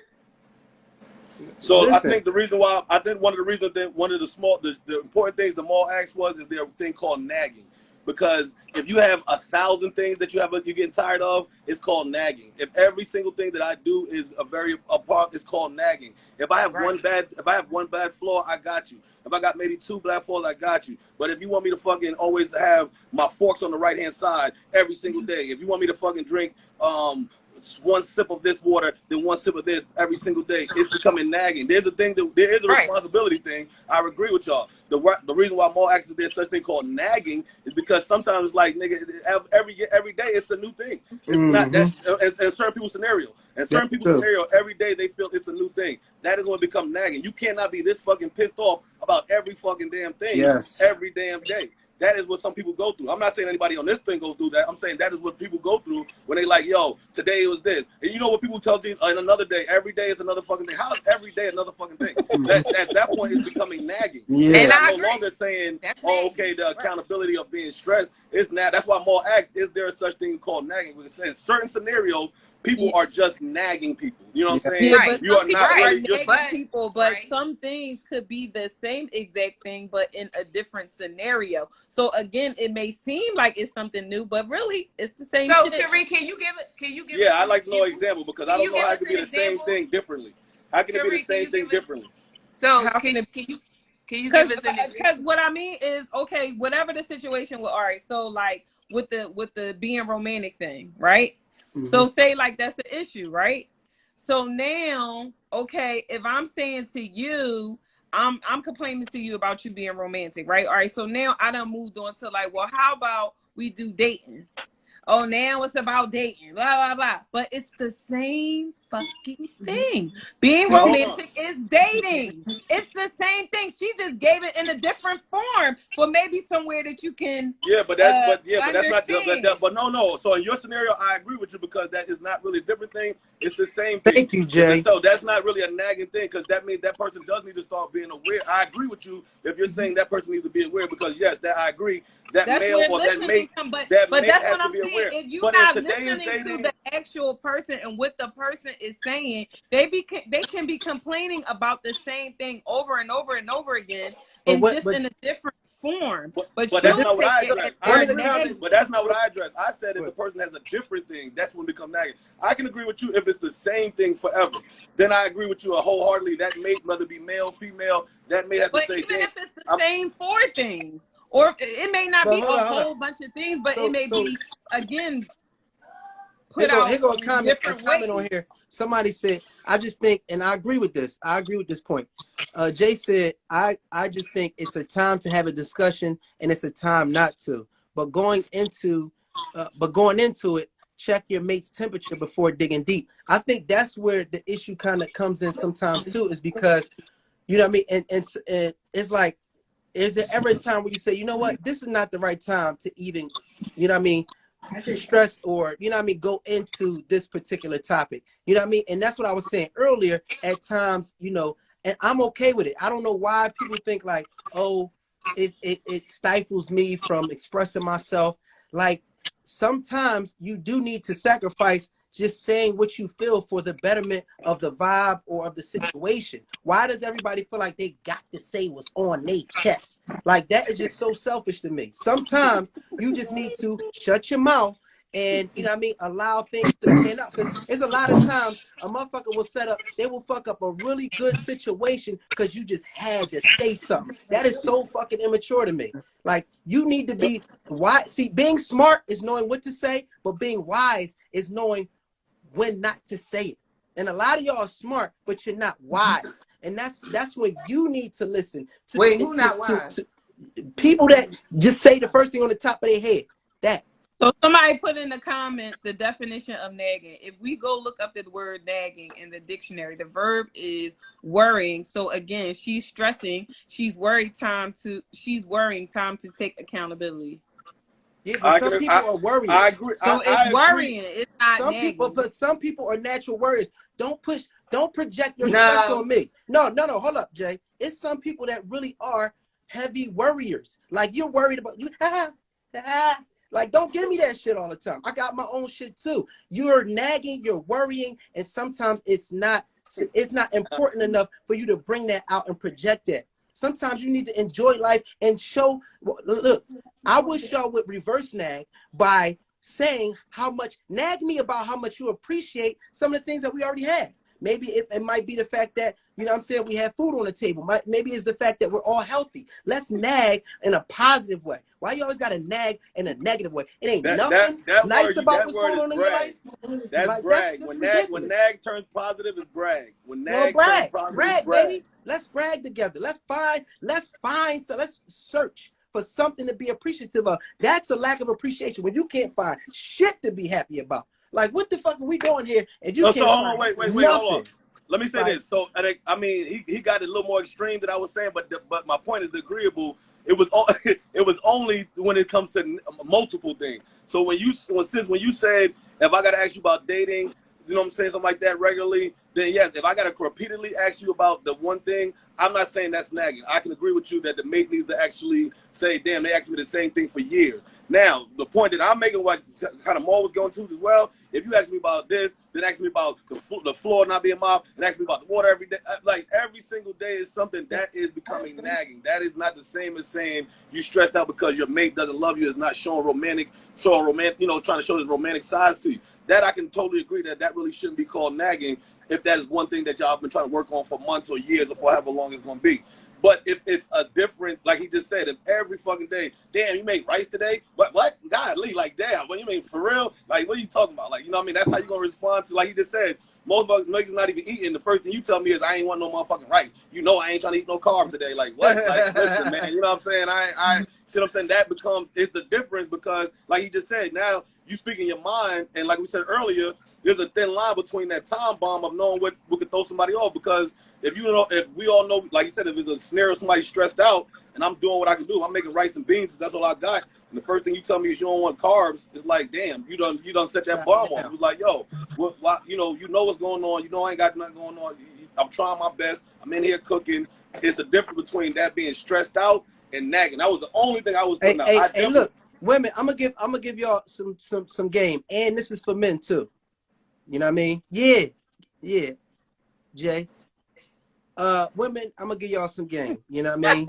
and you're not gonna listen. You know what I mean? Because you think everything that comes out your mouth, No, we listen. you know what I mean, I listen. is law. You don't. You know what I mean? That so you're not gonna listen. But this is some game. You know what I mean? It won't come off as nagging. You know what I'm saying? As much if you again compliment it as much as you stressed out about things. If you gave compliments about some of the little things that your mate does, whether it's a male or female, that will make them feel that they are enough. They are meaningful in your relationship. They will appreciate, you know what I mean, the fact that they're getting acknowledged for some of the small things that they may be doing, large or small. So then when it's times that there are things that they're not doing right, which is going to be all the time or any time because none of us are perfect, then when you say that, they don't feel like it's an imbalance. And that's where I think the nagging comes in, is because it's an imbalance. You got about 17 things, you know what I mean? Yeah, but we're not saying that this is a man or woman thing. We're not saying it's a man or woman thing at all. I don't think nobody's saying that. Listen. Yeah, I mean, you're not gonna listen because as soon as a man says something, you feel like a woman saying it is law. Just listen. You know what I mean, I'm listening. So what I'm saying is it's the imbalance. I know I'm not talking about you. They whatever. But anyway, it's the imbalance, and so you keep talking about things that's not being done right, and you're not balancing out the pot of things that are being done right. So even if you have young men, young sons, things of that nature, encourage them. Give them encouragement about some of the small things they do, because they're gonna fuck up. And you're gonna need to acknowledge when they fuck up, but it'll be balanced and they won't feel like you're constantly beating them up. And a lot of men are coming into your households and they're tired of women telling them what they're not doing right, because their moms may have told them for a long time that they ain't doing shit right. And now their teachers told them for a long time they ain't doing shit right. And now they come into a relationship and their woman is saying they don't do shit right. Niggas get tired of that. Build a man up. And men, I promise you that you got to do the same thing. You have to show that same love. Like they were saying earlier, the flowers, you know what I mean? The baby, I love you, the text message. We have to build each other up. We so big on what somebody ain't doing, you know what I mean? Like, we need to do more of shit. We need to do more of loving each other up. So when you see some of the people around me that are thriving, it's because I'm encouraging them. Some of these guys that I'm teaching, and we going into something else, I'm teaching these niggas how to cut hair. They first few haircuts is ass. But I'm like, yo, you know what I mean? Keep going. Because how that haircut doesn't matter. How that haircut looks, it doesn't matter. It's the fact that they're putting effort towards a bigger goal. So I don't see them where they are today. I see where they're going to be in the future. And so I'm going to give them that love right now, because I know they're going to be greater later. So if you start to encourage your men, and men, if you start to encourage your women, then we're going to see a much better outcome. Like, we need that. As soon as we go outside, niggas is down in us. You know what I mean? So why in the household is we going back and forth and nagging each other about stuff? Like, balance that shit out. And like I said, ladies, I know you're not going to listen because I'm a guy and I said it. But I'm telling you, you know what I mean? Mo, you talking about somebody listening? I ain't talking about you, Jay. I ain't talking about you. Can I ask something so that the people in the joint can ask? And this for women. What is something that men nag y'all about? Do y'all get nagged? Sheree, answer that. Yes. You can answer too. So what? So now mind you heard Sheree. what are the nags that men do? Men do things like. Oh, I can tell No, you. Wait. Before you drag men. Wait. Let me ask the question over again. Don't do that. Well, wait. Let me ask the question over again. Wait. No, let me ask the question. Don't do that. Let me ask the question over again. What do I nag about? No, a lot of things. Right. You're appreciative for a lot of things. Like I said, when we was talking about sex, you nag about that. Yeah, we talking about nagging. Hold on, wait. When we say nagging, we talking about nagging. I'm a nag. I nag. Yes. We talking about somebody. And not talking about somebody. What is something that he nags about? Being done, like the prime example, like I said, when women, they do all the pick the kids up, take the kids to school, do this, cook meals, do that, and then men do come in the house and be like, damn, I ain't want rice and beans. I wanted broccoli. That's nagging. Yes, it is. That's kind of when you're not even appreciative. Look at Jay over face. Your overall Jay face is saying situation it all. with She your like, what the fuck is she talking? Is that nagging or is that unappreciative? It be nagging to me. So, but see, I think now I think it's both. I think it's both because I think that it's both because men like they'll nag about the littlest things just to say like, well, you're not doing this and you're not doing that. all But right, what about wait. all the millions of things that I do? I agree with you. So back to what Maul said originally, is there such a word called nag? Because there's certain things that got nothing to do, back to our original thing, got nothing to do with stressing. It's just nagging. It's something that you nitpicking on. So there's a lot of things that we all as human, I'm a nitpicker on in my household about cleaning up and cooking. I know that's one of my things that I know I nag about. You know what I'm saying? So that's the difference between me stressing out about it. That's not something internally I'm stressed out about. Am I nitpicking on that? Absolutely. Will I nitpick on that a little bit? Yeah. But see, when the reason I brought that up was when we talking about nagging, y'all were bringing it up with men stressing out and not being able to romantically be inclined or do certain things. And then y'all compared it to saying when y'all are stressed out, we call it nagging.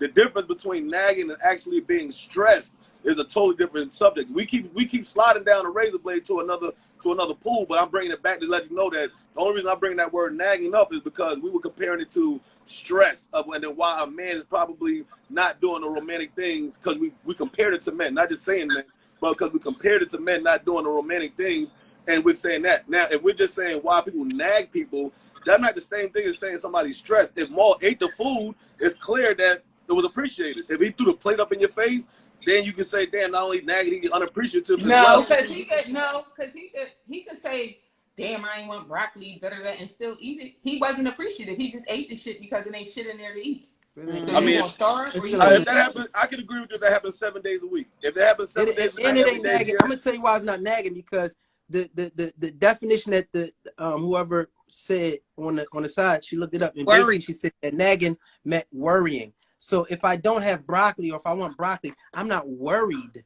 about it. It's just something that I might want. So it's not a nag. You know what I'm saying? But I mean I see what y'all saying. You know what I mean?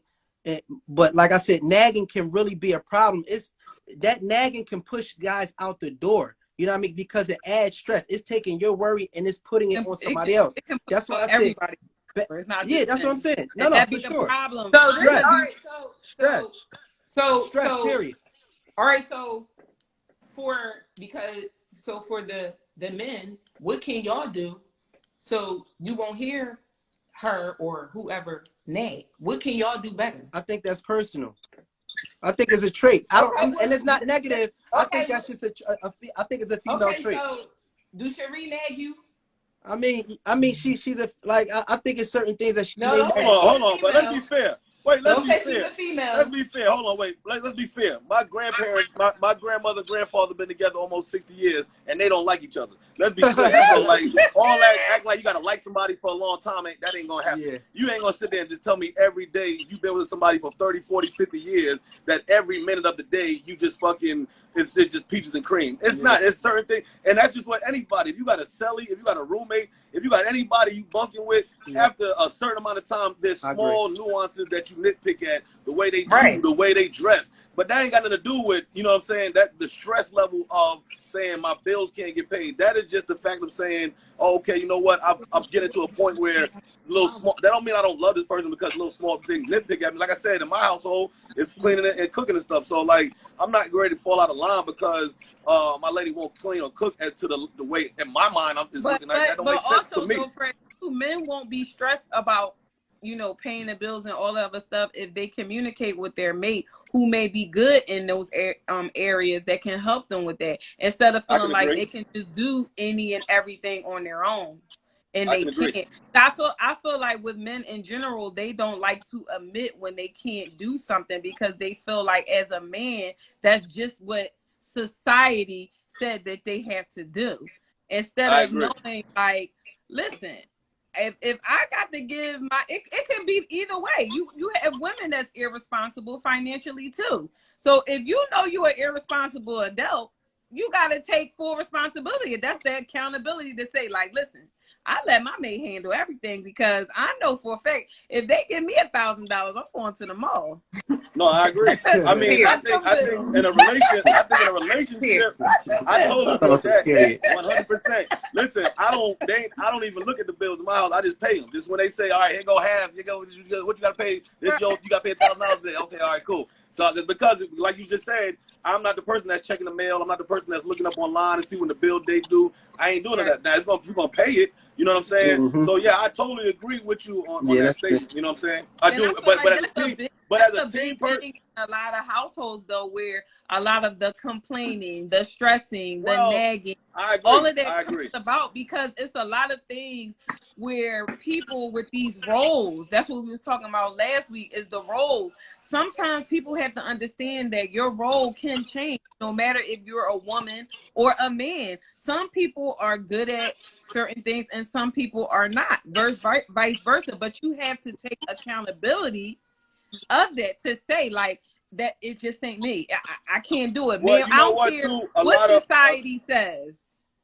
what happened with men is a proud man. Let me put it like that. Yeah. Sometimes with a proud man, the mind state says, if nothing was around me, I can figure this out. When the reality is, the love that is around you is what will get you through that hard time. And if you don't see it, you can't miss that boat. You see what I'm saying? Because, and one thing I think COVID might have shown most people, because they had to be stuck with everybody, is you do have to see if your mate is good to help you out and give you the high five when you can. Because it may be a time when you can't do it, and who else you gonna run to? And when they ain't nowhere to run to, you can't even run. So you really do have to be trustworthy with that mate, and you gotta. And I agree that, especially from a male point of view, we do not share the matter that things are going negatively financially. Because really, for nothing else, there's really nothing else that we. I mean, you might have some people hide like an ailment or something like that, but really, men don't really hide too much other stuff besides financial hardships. You know what I'm saying? cheating. Oh yeah, well that goes. But at that point, And women cheat too. you can live I past forgot It financial about goes that. both hardship. ways. You may can not live get past up to say about financial that. hardship. It goes both ways. Yeah. And we never said man or woman. We never said man or woman. But I was saying Let for it do that men, petty shit. financial hardship is usually the only thing they internalize. And like Sheree said, if they did externalize it, well, let me clear that up. Not the only thing they internalize, the only thing they stress on internally to a point where it kind of puts You them know out. what I do. The thing that she said was so important is we don't share it, whereas we could have shared it, and the person that's on our team could have said, I got you, tag in, you go ahead and get right while I do this, boom, boom, boom, and we don't. That I will say for the most part is a learning process to do so. Because naturally a man would say, if y'all just got to fuck away from me, I can do it. Yeah. And that's kind of selfish, because why would you build a team to tell the team to leave you alone to get better? The team is supposed to make you get better, and we do that a lot for sure. The key thing I can agree is we don't share the financial hardship. I agree with that. You know what I'm saying? And it stresses us out, and it stresses y'all out because y'all don't know why we stressed out. And he's like, goddamn Pop-Tarts. Like, yo, what the fuck? What's wrong? You know what I'm saying? Like, yo, you know what I mean? Like, you don't know why nigga flipped out. It's like, yo, I told you I don't eat Pop-Tarts in the morning. So that nigga didn't even get to sleep at night. He didn't get to sleep at night because he financially frustrated. He didn't close his eyes. He woke up, everything is mad. It's too hot. It's too cold. The water ain't right. The rain is too hard. And to the point you made. But that's where communication and things like that come in. Agreed. Because not mind readers. And like I said, you have to take accountability for those type of things, because you stress, but you don't have to be stressed. But it's like you have to understand that. So it's like you have to appreciate your support system. If you don't use your support system, then it makes just the overall situation just stressful. You stress, she nagging, all of that, and it could have been sat down as a conversation. Hey, listen, this what's going on, this is what I got going on. I know it sounds so much easier said than done, but I feel like with a lot of relationships, people need to really start doing that, because and getting into what you really know how to do. It's just like when you at a job, like you learn how to do something at your job and you just get good at it. That's all you want to do. Well, I'm going to say from a hairstylist perspective, that's why people have specialties. You know, if you're a hair colorist and you just do it so well, child, you be like, forget that wash and curl, forget that unit, forget that wig. They ain't worrying about that. They only going to focus on that color because that's what they know how to do.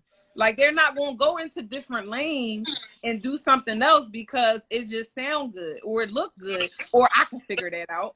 You can't live your life like that anymore, because that's why. Let me ask you a question, because you know what I mean, in terms of like women, like y'all really wear a lot of hats, you know what I mean? And we was just transparent about a area of vulnerability for men in terms of being transparent about like financial hardships. You know, with so many hats that women wear, is it anything that y'all like feel like that y'all don't, you know what I'm saying, like to share, or like, you know what I'm saying, like have a pride about, like, I don't want this nigga to know about this. Like for men, like Fred said, like damn, for us sometimes, like if my money tight, I don't really want to put that out there, or if shit tight, you know, financially, we don't want to put that out there. Is there anything that you know what I'm saying, women feel like they don't necessarily want to share, you know what I'm saying, with their man in terms of, you know, I don't know. No, Yeah, What's when the, they mentally, I don't think I so. think But, I think when women are mentally tired and drained, mm, yeah, Wow. they that's how when women shut down, they're just, that's it. mm, Correct. So When a woman's fed up, mm. I got a question, it right? ain't nothing you can do about Here I it. we got a go, question. That Jay. was a good point. But I got a question. Seriously. The same way what we just said, the vulnerability of the man, financial hardship, and Sheree's answer, which was a very good answer, was to talk about that. How does that work? Because see, what happens is that like, so let me. And the reason I'm about to bring this up, when a man's financial hardship comes, the stuff you see is the stuff we talked about. We no longer looking like we're romantic. We no longer doing the stuff that we did before. The vibe isn't there. So if the woman is mentally drained, that can also lead to looking for an outside fulfillment, looking for something else. What do the man, what answers that? The same way the communication of talking about the man's financial hardship, when you said, oh well, a man should come and say, hey babe, you know, the money's low, you know, this is what I'm gonna need, da da da. And I agree to that.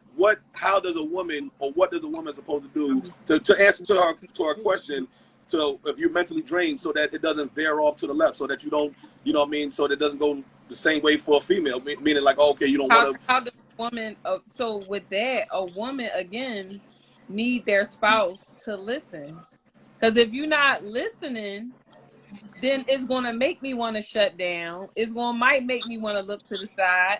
It might make me not want to be sexual or anything with you, because it's like, if you're not listening to me, then I mean, what's the point? You gonna feel like I'm nagging you, because I should be, worried about you, stressed about your financial situation. So it's like the You gotta communication. you gotta make it a safe space for Mm. her Yeah. to open up, and of course you have to listen. He finally said something right, Jay. Safe space. That's your one for the day. That was a good one. I like that. Safe space. So Okay. you gonna I feel like I said, those two things, even with women expressing their emotions and stuff like that, it gets to be difficult when the person that you're expressing it to doesn't listen to you. So when you start to feel like that, it's the same thing with a man. If you are not expressing your feelings about what's going on financially with you, then I mean, what else am I supposed to do? Like, I don't know Well, I what's going mean, on. it sounds like it's just like a real revolving circle. If I'm stressed, then you're drained, I'm stressed. It's one of those. But that's the It's real. No, I communication. agree. I mean, so, but again, with everyday things happening, communication gets hurt sometimes, because sometimes you're too tired to talk about something. Sometimes, what if you got fired that day? Do you really want to talk about the stuff that goes on in the household? You know what I'm saying? What if you just got a car accident? You know, there's so many factors that sometimes throw off your day-to-day of really your intent, you know what I'm saying, and what you actually end up doing. You know what I'm saying? Sometimes your intent, you know, and I'm speaking from a man's point of view, sometimes a man is in the house in their head all day long, figuring out how they getting ready to patch up what they know they did, whether they said it or not. Then somehow or another, by the time they got to the crib, something happened. They like, man, you know what? Fuck all that shit. I'm gonna take my ass to sleep. Nah, I deal with that tomorrow. Tomorrow become Thursday become Friday. You know what I'm saying? And again, I said the intent was like this, what it was, and it just, you know, like you said, like walking into a mentally drained person, and they not, you know, if your intent is come in and try to charge something, and that person is drained, it just messes it up. And communication doesn't always fix it. You know what I mean? You can talk yourself to you blue. If you don't agree with it, and it's something that's so hard to agree with, it really can put a strain on something. You know what I'm saying? I said they take your complaining and get defensive on what they do, and not what they don't do, and we then lose focus on the issue. I could say like, I one of the ways that I watched like my dad deal with, you know what I mean, situations is he, you know what I mean, I think for me, I'm not very verbal when it comes to, you know what I'm saying, like stresses. I'm always thinking about what is going to be my action, what is going to be my resolution. And you know what I'm saying, like it can be a trigger if I'm asked about something that I'm already working in my head, but I haven't come to a resolution with. You know what I mean? It's kind of it's kind of weird because it's like as women at times y'all very vocal. You know what I mean? And I don't know. We are. I would say maybe I don't know. I'm definitely not super vocal about certain topics, and if I'm working on it, I don't want to be reminded about an issue that I'm already working on. Like, you know what I'm saying? It's kind of weird, but that's just being transparent. You know what I mean? Like, you know, I'm figuring it out, and you know that's just like if you cooking something, I don't know, and it's not really done, and you know it's not done. You know, you just gotta let this motherfucker cook for a little bit, and somebody open up the oven and be like, "Damn, the chicken ain't done." You like, motherfucker, listen, goddamn it, you know what I mean? Like, nigga, you know what I'm Like, saying? damn, Well, I said 30 mean, minutes. so that to that Right. point though, You that's know? a dangerous point though, because in my opinion, to that point, is you could be burning chicken. You could be wasting shit if you don't let me help. You see what I'm saying? And that's for man or woman. So I can agree to your point, but it's a dangerous point because Yeah, I'm not saying it's right or wrong. if you too proud, or man or woman, if you too proud, if you know you're going through something and I'm your partner, and I can also see you going through it, and my intent is to help and not to demean or to or make you feel belittled. And if I cannot help, man or woman, I'm saying this in a man or woman's point of view, if I cannot help, like you said in that chicken scenario, my nigga, if this your fourth time making this fucked up chicken and we eating it, what the fuck? You see what I'm saying? Like at some point you gotta let me help you so we can do this together, and you can do it on your own. You know what I'm saying? Because you're And not doing it that's on. what I mean. That's what I mean by when you eventually, when you're in a situation, because most people in relationships, the constant complaining comes from things that's constantly happening over and over and over again. So it's like, if you know that this is something that you just cannot handle, you have to be woman or man enough to step up and say, listen, like, all right, like I'm throwing in the white flag. Time, like you can't keep trying and trying and trying if you keep getting the same result. And then it's causing all of this friction and everything else within your circle of your team. Let me ask you a question. This is a good point because we talked about this a little bit last night. Jay had us out the 1 in the morning. We was talking about all kind of relationship stuff and all that. Anyway, and where Ish at? But anyway, right here. And what, like, this is a thing too. What if, like, you know what I'm saying, you aren't good at something, you know what I'm saying, and yo Ish, what up? You ain't like, say for instance you're not good at something and your partner is is constantly telling you about something that you're not good at and it's really kind of not your thing. But what happens if they're like, you're saying sometimes your partner can help you, but what happens if that's something they're not good at, you know what I'm saying, and you can't really help them with that? Then we both gotta learn and figure out. Then my opinion would be, why are we doing something that somebody's not good at or not interested in? No, we can figure it out. Maybe I misunderstood it. No, here you go. You're right. Here you go. What if I got you? What if the resolve and this is where I think at times men get like this. What if the resolve to the issue is to put more stress on your mate? And that can, you know what I mean, that can make them, you know what I'm saying, like, be overwhelmed because, huh? What do you mean? You saying so the answer to the problem is to give your mate more stress? So let's just say, you know what I'm saying, let's just say you have an issue, right? And you come to your partner, you're like, listen, you know what I mean, I done tried to cook this chicken, you know what I'm saying, 4 or 5 times, this shit not, you know what I mean, it's just, it keep getting burnt. You know what I mean? And your partner like, all right, cool. That's what I was trying to tell you. You know what I mean? Cool, I got it. But what if, you know, them helping you cook this chicken, they like, all right, cool, you know what? I cook the chicken or whatever the case may be. But what if them helping you with that issue, what if that adds more stress to them? You know, and throws them off because, you know, they already got other stuff they got to deal with too. Are you saying to the person who can't cook the chicken or the person that's trying to help? Are you saying who gets the more stress? What the person that's trying to help, what if Gets that more stress. adding more stress to their plate? And that's why sometimes Then you know what? I think You sometimes can. that's why personally, I would prefer not to put certain things on my mate, not necessarily because I feel like they can't help me per se. It's because I don't want to put something on their plate. And that's even like with other people I care about. Like, you know what I'm saying? If it's my dad or something like that, like certain things I may not ask him for help for because I know he does have his own struggles. So sometimes I work through them because I don't want to add more stress to the people, you know what I'm saying? The people I care about. You know what I'm saying? As far as your scenario you gave, as far as like, okay, with the chicken thing, you feel like by asking them to help you because you done fucked it up 4 times, whatever, and they do it right, and you're asking them to help you, and you feel like it's going to be more stress on them, you could, if you pay attention to what they got going on, and maybe you're good at something that they have going on as well, and you can take the stress off by, Doing I something don't know, that they do. say that Take they whatever thing off their like for plate. me, I ship out a lot of stuff, right? I really like doing it myself. I stress myself out. I like doing everything myself because I got a specific way, and it'll take me longer to teach you how I like doing it, right?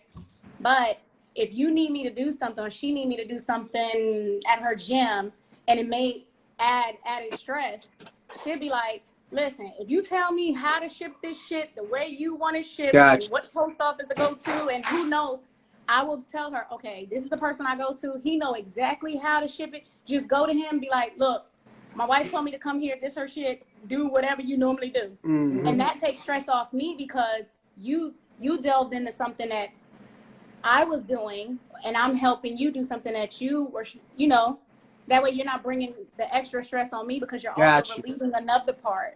So that could be a way, but that just comes with like paying attention to what's going on. No. I agree. I like that. Yeah. I like that. I like and I that agree too. because that's kind of like the roles in my household. Because if I'm not good at something that she may be, or vice versa, guess what? One of us got to kind of like cover that up. But also, what to your point though, more, or at least to what you were just saying, one thing I would say is that mate helping that person does not mean they got to be hands-on to where they will address stress. If I know how to cook chicken and I've been doing it for 40 years, I may can tell another person how to help you out. You see what I'm saying? But the problem is you doing it on your own, and you're cooking bad chicken for the entire house. In that scenario, is all I'm saying. I'm not putting this on you. I'm saying in that scenario, you're cooking bad chicken for the whole house. Now, if I know how to cook chicken and I want to eat some motherfucking good chicken, and the problem is that you just being so stubborn that you won't let me help, then I'm going to send Drees to go show you how to do it. Because I'm going to tell him how to do it. Or I'm going to send you an email. Or I'm going to send you a note. I'm going to send you a textbook. I don't have to be on back of your shoulders saying this and then being upset when you don't do it my way. I can say, here goes some notes that help you out. Dude, and I do that all the time because I know how aggressive I am when I'm trying to give somebody help. When I'm trying to give my girl some help, I can be so aggressive that don't come out right. But then I can send an email. She can process it the way she wants. And I can see her doing the exact same shit. And I'll be like, nigga, I just said that shit. It didn't come out that way, though. You know what I'm saying? Clearly it didn't come out that way. That's what I've come to realize. It didn't come out the way that, in my mind, that I was saying it did not come out that way. So when I started doing it other ways, I ain't stressed out, neither is she. I just said, this is how you do it. You see what I'm saying? This is how you do it, because you ain't doing that shit right, and I can't have you on my watch doing it wrong. You see what I'm saying? Right. But same thing. That when you taking on helping somebody, like she said, you got to make sure you're paying attention to your spouse to know what they're doing, to be like, you know what, I can take that over because this. Well, right no, here, you can just ask. You can just ask me, like she just said. The girl don't know nothing about making packages. She said, if you tell me how to do it, I'll do it. That don't mean she know exactly. Obviously, she don't know nothing about it. She ain't even in that world. So she just said, just tell me how to do so I can take the load off of you.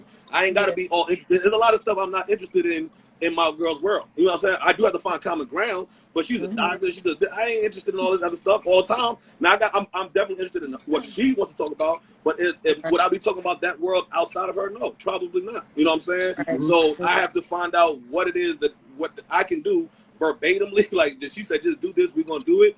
Or then we gotta just when our worlds collide and then the stuff that we can't talk about, we just do that and enhance that to the most because luckily y'all both stylists is a little different world, but some people might be one person might be a lawyer, the next person might be a grave digger. They ain't got nothing in common to talk about and they work. You see what I'm saying? They ain't nothing, and I don't want to hear about you grave digging. You see what I'm saying? Like why would I want to hear about that? You know what I'm saying? I was gonna say too, I like the fact that, you know what I mean, you you recognize, you know what I mean? You recognize the best way for you to communicate to your woman too. You say, listen, you know what I'm saying? Shit, my heart is in the right place. I'm thinking I'm saying what's on my head, but it's coming out like she's not receiving it right. You know what I mean? Right. So let me try another way. And I think that speaks to the nagging part, like we was talking about earlier. Well, Finding, I agree, but I'm talking also about what for me. Cherie was. I'm just talking about Go for me. ahead. I'm saying like finding a better way to communicate. So in your instance, you're like, you know what? She seems to respond well to me sending the email, whatever the case may be. And she could take it verbatim, boom, boom, and it's received well, and we rolling. The bigger picture, the overall objective And is she got still it. complete. The You know chicken what is I mean? cooked. The overall Right, picture, and the that's the overall bigger picture is the chicken is picture. eatable Exactly. now. We all like the chicken. That's the Absolutely. overall picture. You see what I'm saying? Now, And but then, also to Cherie's earlier point is the reason I know that is because everybody tells me that. So it's now when the person that's on my team is who I care about the most opinion. Now I gotta be like, all right, well, I ain't care about what Maul thought about. I ain't care what XYZ thought about when the house was coming out. But if you care about that, then now I gotta change that because you ain't the only one that said that. Usually your So character she trait, said your that to you. flaw.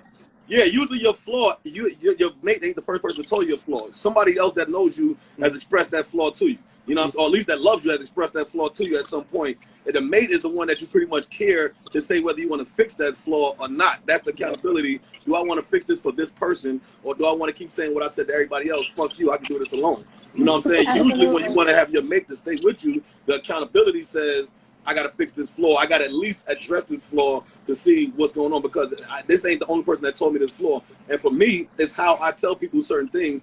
And it ain't been one person that told me I say it wrong. Most people say I say it wrong. You know what I'm saying? And I can't fight everybody. You know what I'm saying? Say, oh, nah, he wrong, she wrong, they wrong. You know what I mean? He cool. You know what I'm saying? Nah, I can't. You know what I Yeah. mean? You At some point, I got to believe that it is me. I got to. As bad as it hurts, as bad as my pride hurts, I gotta know it's me. You know what I'm saying? And I do. I'm not saying that my pride ain't hurt. I ain't saying that I don't go soak about it. But what am I gonna do? I want good chicken, right? You know what I'm saying? That's Right. I so. think All about I think chicken. you gotta have a certain self-awareness, and then also it's like communication, of course, is a huge key. We got to think about and process, and I don't know who said it earlier, I think Maul or something. You got to process it like, okay, should I be this mad at something? Or is this big enough to have to address it right now? And then when you think, okay, I do want to address it, because sometimes you got to address things, right? Yeah. How can I address it differently? I'm not going to scream on you. That doesn't get me anywhere. But sometimes if I want to address something that probably really got on my nerves, I could even make it into like a joke or something like that. Or let me show you this and jokingly about it. Or ask the hard questions. Hey, so say I didn't like something and I wanted to tell you that I didn't like it without you getting upset or defensive, or it may hurt your feelings, but how would you like me to express that to you? That's decent. So that I know how to bring it to you, because if Hurry I'm up. already frustrated and upset, I'm just going to bring it to you how I know how, but I want you to receive what I'm saying, because most times we have arguments and it's not over what I said, it's how I said it to you, or an argument will go into the whole other thing without we addressing what's going on. So that's going to come up again later, which could probably come off as nagging or something like that. So you got to ask the person, because how they received it maybe 6 months ago when you said something, we are 6 months of growth now or something. I can't say it that same way as before, because you're having different stress now. We have different, I don't know, bills now, or No, that's a are doing very strong. something That's a very differently. strong point right there. Yeah, For so sure. ask. Like when you sitting there, the pillow talk. No, let's ask a question. Hey, so say I had to do. I mean, it could be all hypotheticals, and it doesn't always have to be to address a problem. You could be like, say I had $1 million. What would be the first thing you want me to buy you? I mean, you could switch it all up and throw it in there so it doesn't come off like I'm nagging you or shutting down anything that you're doing, because I get it. If you constantly keep telling me everything I'm doing wrong, I'm gonna be like, well, damn, can you just tell me one thing I'm doing right? Yeah. But it's just the communication and how you choose to address something, the timing of it. I think you said that, the timing of how you do it. If you had a fucked up day, but I'm still pissed at something you did this morning, we're going to let that ride. Not the situation. We're going to address it because we have to, because it will bother me still. But you had a fucked up day. So let me pause on this because it's not that serious Mm-hmm. for me to address it, unless it is, and then we have to talk about it. Hey, I know you had a fucked up day, but it's something I want to address with you, and we're gonna have to talk about it. And I don't give a shit if we gotta talk about it for 2 weeks straight. It is what it is. It gotta be addressed.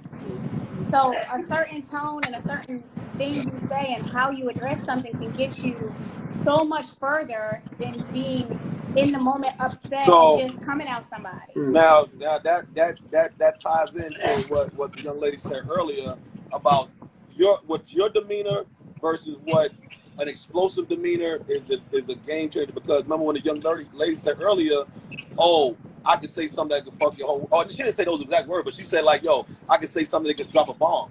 Why would you even have that thought if I'm already close to a bomb? You see what I'm saying? That is what kind of really can check. That is accountability on either one. If the man thought like that or the woman thought like that, either one, that part to the topic of the show, the accountability is saying, like, same thing I was saying to her.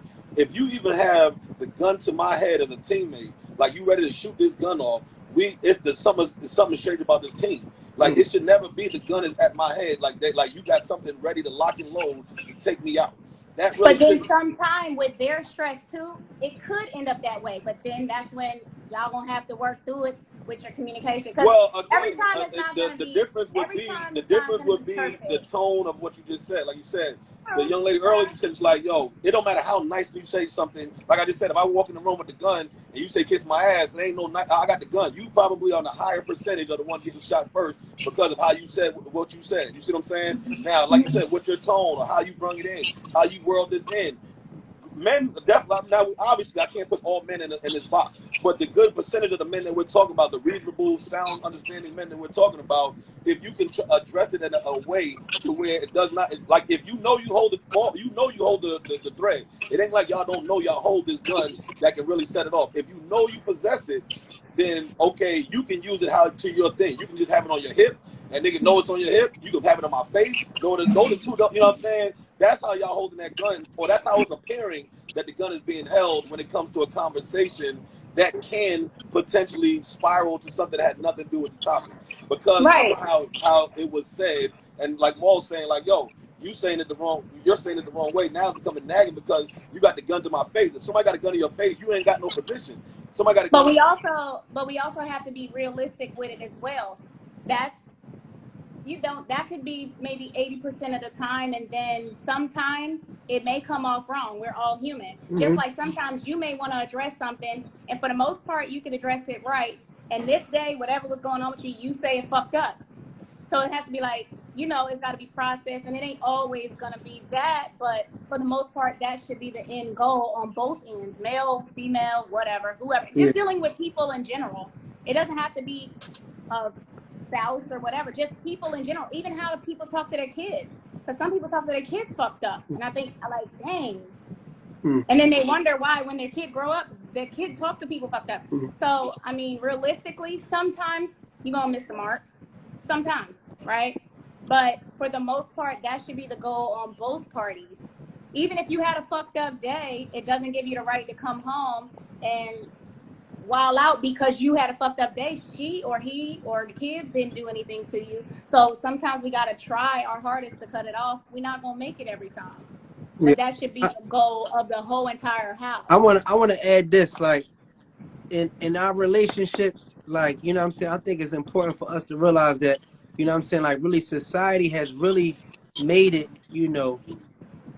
a challenge for us to, you know what I'm saying, love each other and really, try to push each other up and uphold each other. So in most cases, we really gotta like aim to be, to be the best partners we can be and be as loving as we can be, because that's your partner. That's really all you got. Like that's that safe place, that's the place, whether it's something that's a trigger for me, if I'm vulnerable enough to, for you to know that, or whatever it is, then I would think that you would be, hold that, with love, and compassion, and not use it against me or not pull it out, and cock back the hammer, or whatever the case may be. So I think we definitely got to like really work on understanding that, like, I'm your partner, we partners, we're teammates, like we're not, enemies. And I think Like in society, Absolutely. they got us as enemies, whether it's, you know what I mean?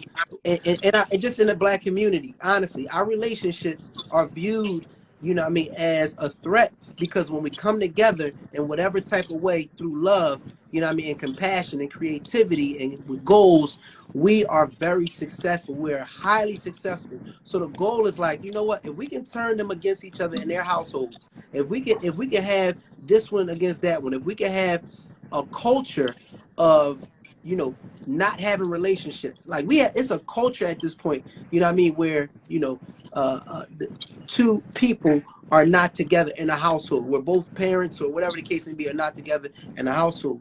So we really got to be conscious about the fact that, you know what, like, we don't even need to be beefing. You know what I'm saying? Like, But this is true, you but know, that's when your accountability comes in, because I can't blame society for putting me against anybody. I have to be able to hold myself accountable and know that I need to treat other people with respect, and for myself.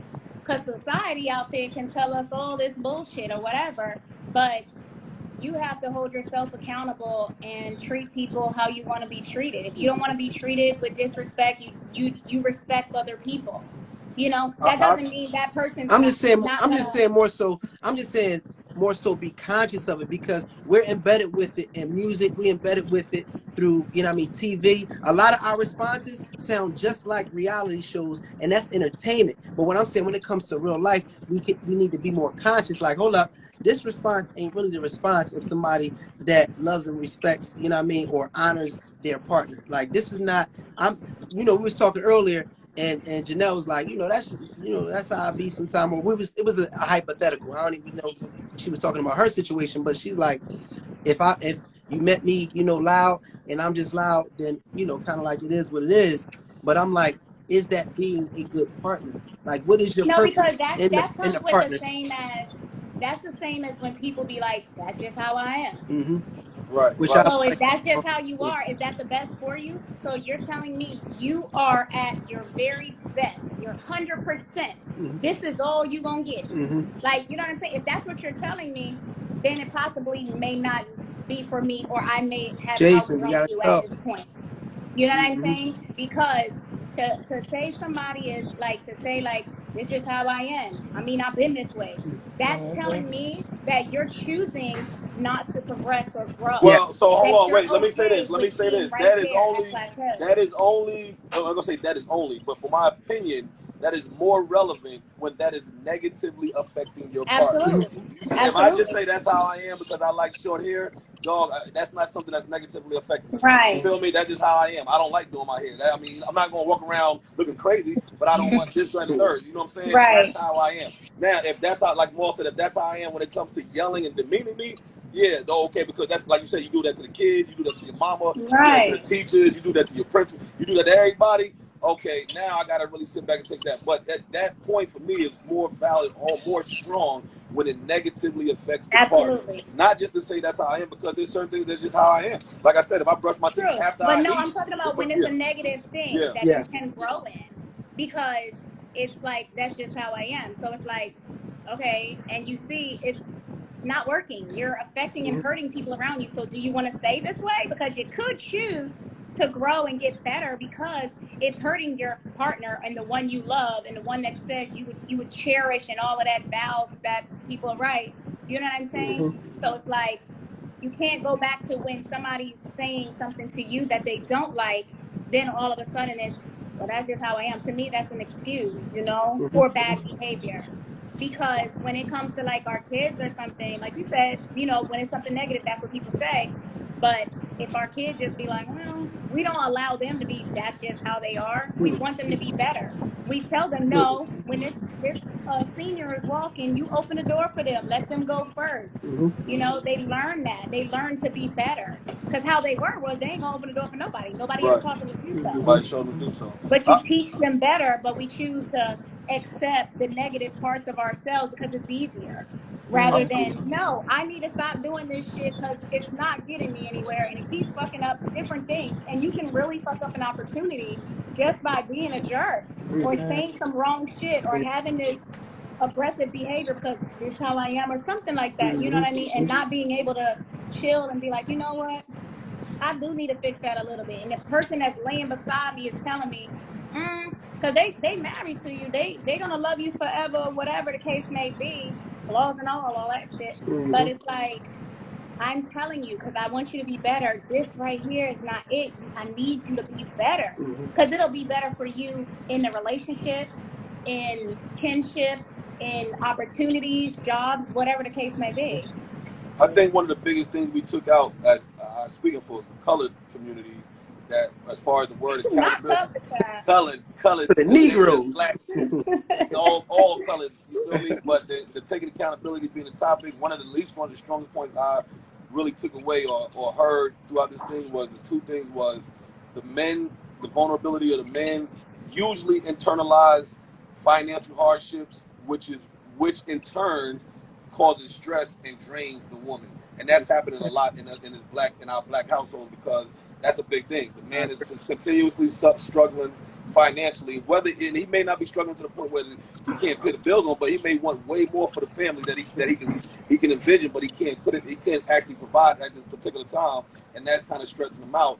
But what Sharice gave me the light on is what we're not doing is we're not sharing that so that we can let some of that stress go and say, yo, tag, you're it. I need a little bit of, let me get right so we can get it. Absolutely. And that right there is really a big taking accountability thing. Neither one of us were doing that. And so in turn, you're drained and stressed. The black woman is drained and stressed. The black male or the black mate is also, whoever that is, they also stressed out because of whatever they're thinking financially is killing them or stressing them out. And it really, like you just said, reality, dog, all you got to do is tag in. All you got, why would you have me on this team all this time and you don't believe that? Yeah. And it just boils down to communication, proper communication, and active listening. That's it. That can solve so many issues.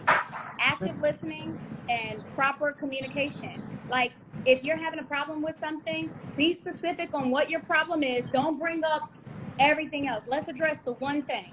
I don't like that you put the dishes in the sink this way. Here's where the human issue comes in. The human issue that we've been putting over is life. Life is the human issue. So that day, like you just said, that should have been on your mind as soon as you woke up. But he went to work, and when he came home from work, he got fired. So now this ain't the time to talk about the shit that was on top of my mind. Now the next day I got to do this. Like this life shit that goes on, and like you just said too, 4 months later, I don't even have the same trajectory on that thought process because so many things have happened since then. So that is what crumbles communication, whether it does it intentionally or unintentionally. It crumbles because life gets in the way sometimes. You're trying to overswim life, the wave of life, and everything else, and still trying to make sure that you communicate correctly when your intent is not bad, when you don't feel like, you know what I mean? It ain't easy for sure. And every time, no, it's not going to be easy. It'll be worth it for sure, but it's not easy. But then sometimes that's when it comes in hard conversation. Okay, you got fired. It really sucks. We're in this together. However, we still have to address this right here, and we're going to get through all of this shit together because I'm going to be a part of the solution to fix our problem. Can I say this real quick? Can I hold on real quick? To that point, what Maul was really saying about the chicken was, but let's in a scenario where men is financially struggling, and you asking them, hey, babe, did you find that job today? That right there is the shit that makes you explode. Like, nigga, I told you I ain't got a job today. Now leave me alone. You know what I'm saying?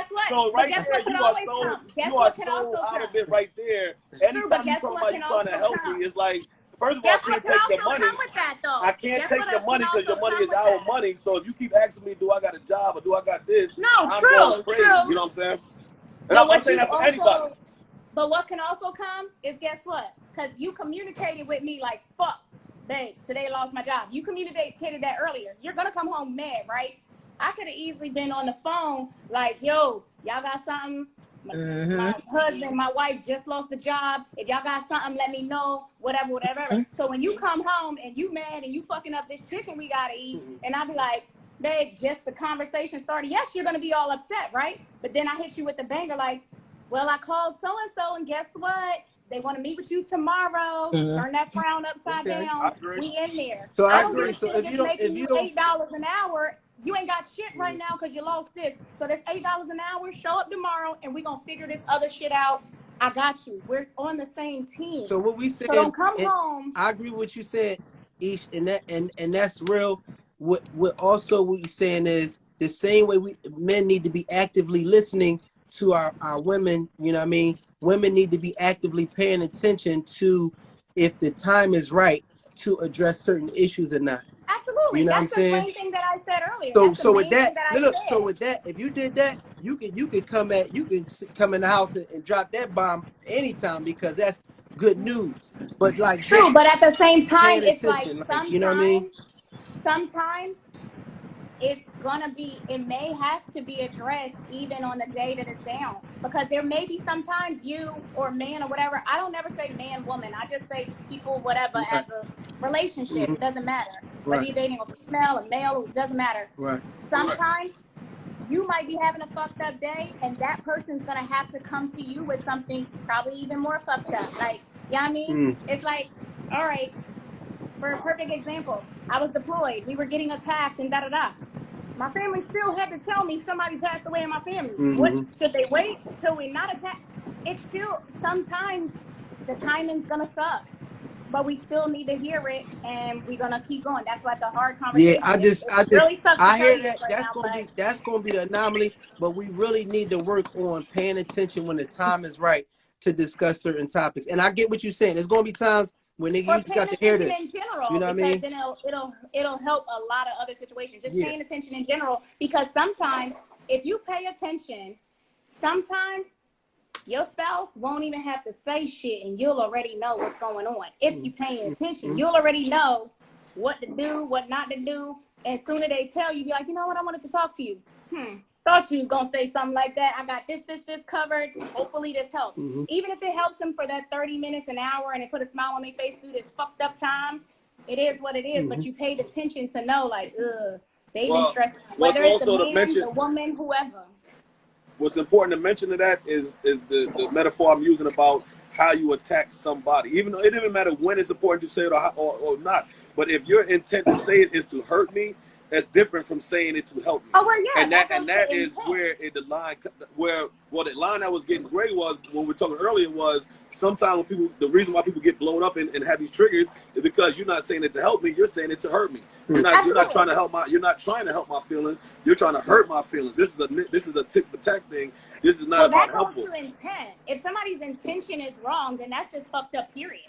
I don't care if my intent, because you cook something wrong, the smallest thing. If my intent to be like, let me tell you, this chicken tastes fucked up, that's a fucked up thing on my part. That's fucked up.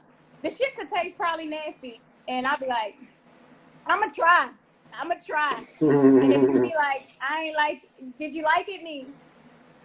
I'll do it next time. I ate it. You know, well, I mean, yeah, we're saying the same thing.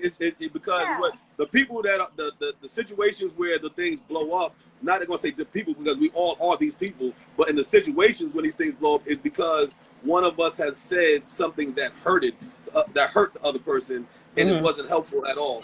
And at that point, now I got to defend myself more than I have to do helping what I was trying to do.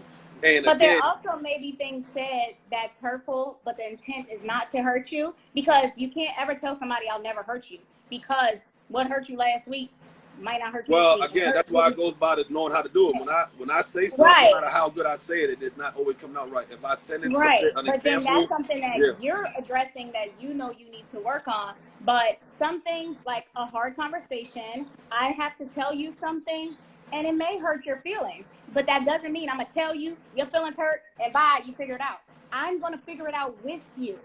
Is the whole purpose with this team partnership thing? Because your problem is our problem. My problem is our problem. We all gotta be happy. In most people are not receptive to the being hurt.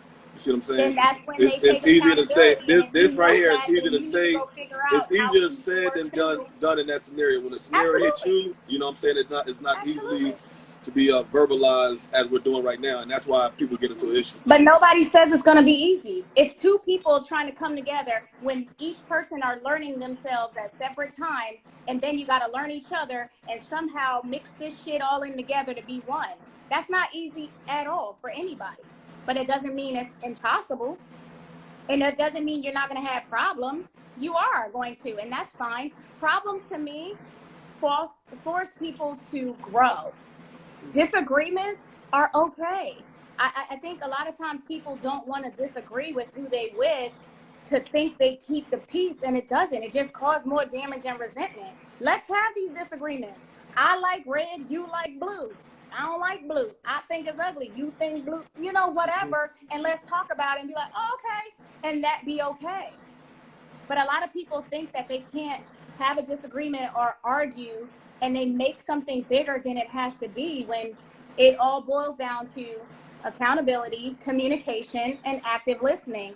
And that's it. So I think It what doesn't you're mean saying, it's going to be solved overnight. It could take what- months for it to be okay. so I like what you're saying, and I think again that also, you know, it also, you know, leads to like creating that safe space, you know what I mean, so we can know that the place that I'm coming from, you know, is a genuine place. Because sometimes that can be a thing too. You know what I mean? If we lay down the foundation, you know what I'm saying? If we lay the foreplay, so to speak, and we are, you know, leading up, and we have that trust that's built with our partner, then when they say things, a lot of times it can be taken the right way, because they've already put the work in to let you know and to make you feel comfortable that, hey, whenever I'm coming to you, it's from a genuine place and it's for us to be better. It's for, you know what I mean? For that type of thing. But look, in terms of time, the time is about to wind down. Cherie, I want you to close us out. Tell us about how we can lock in. All right, so if anybody Fresh, my brother, you held it down. tonight, Hold up for a second, Cherie. I'm gonna pass it off to you. Fresh, you held it down, my brother. You know what I mean? Yes, sir. You know what I'm saying? I'll see you in a little bit in QC in Charlotte. Ish, Absolutely. you put it down as always. You know what I mean? Jay in the background somewhere. You know what I mean?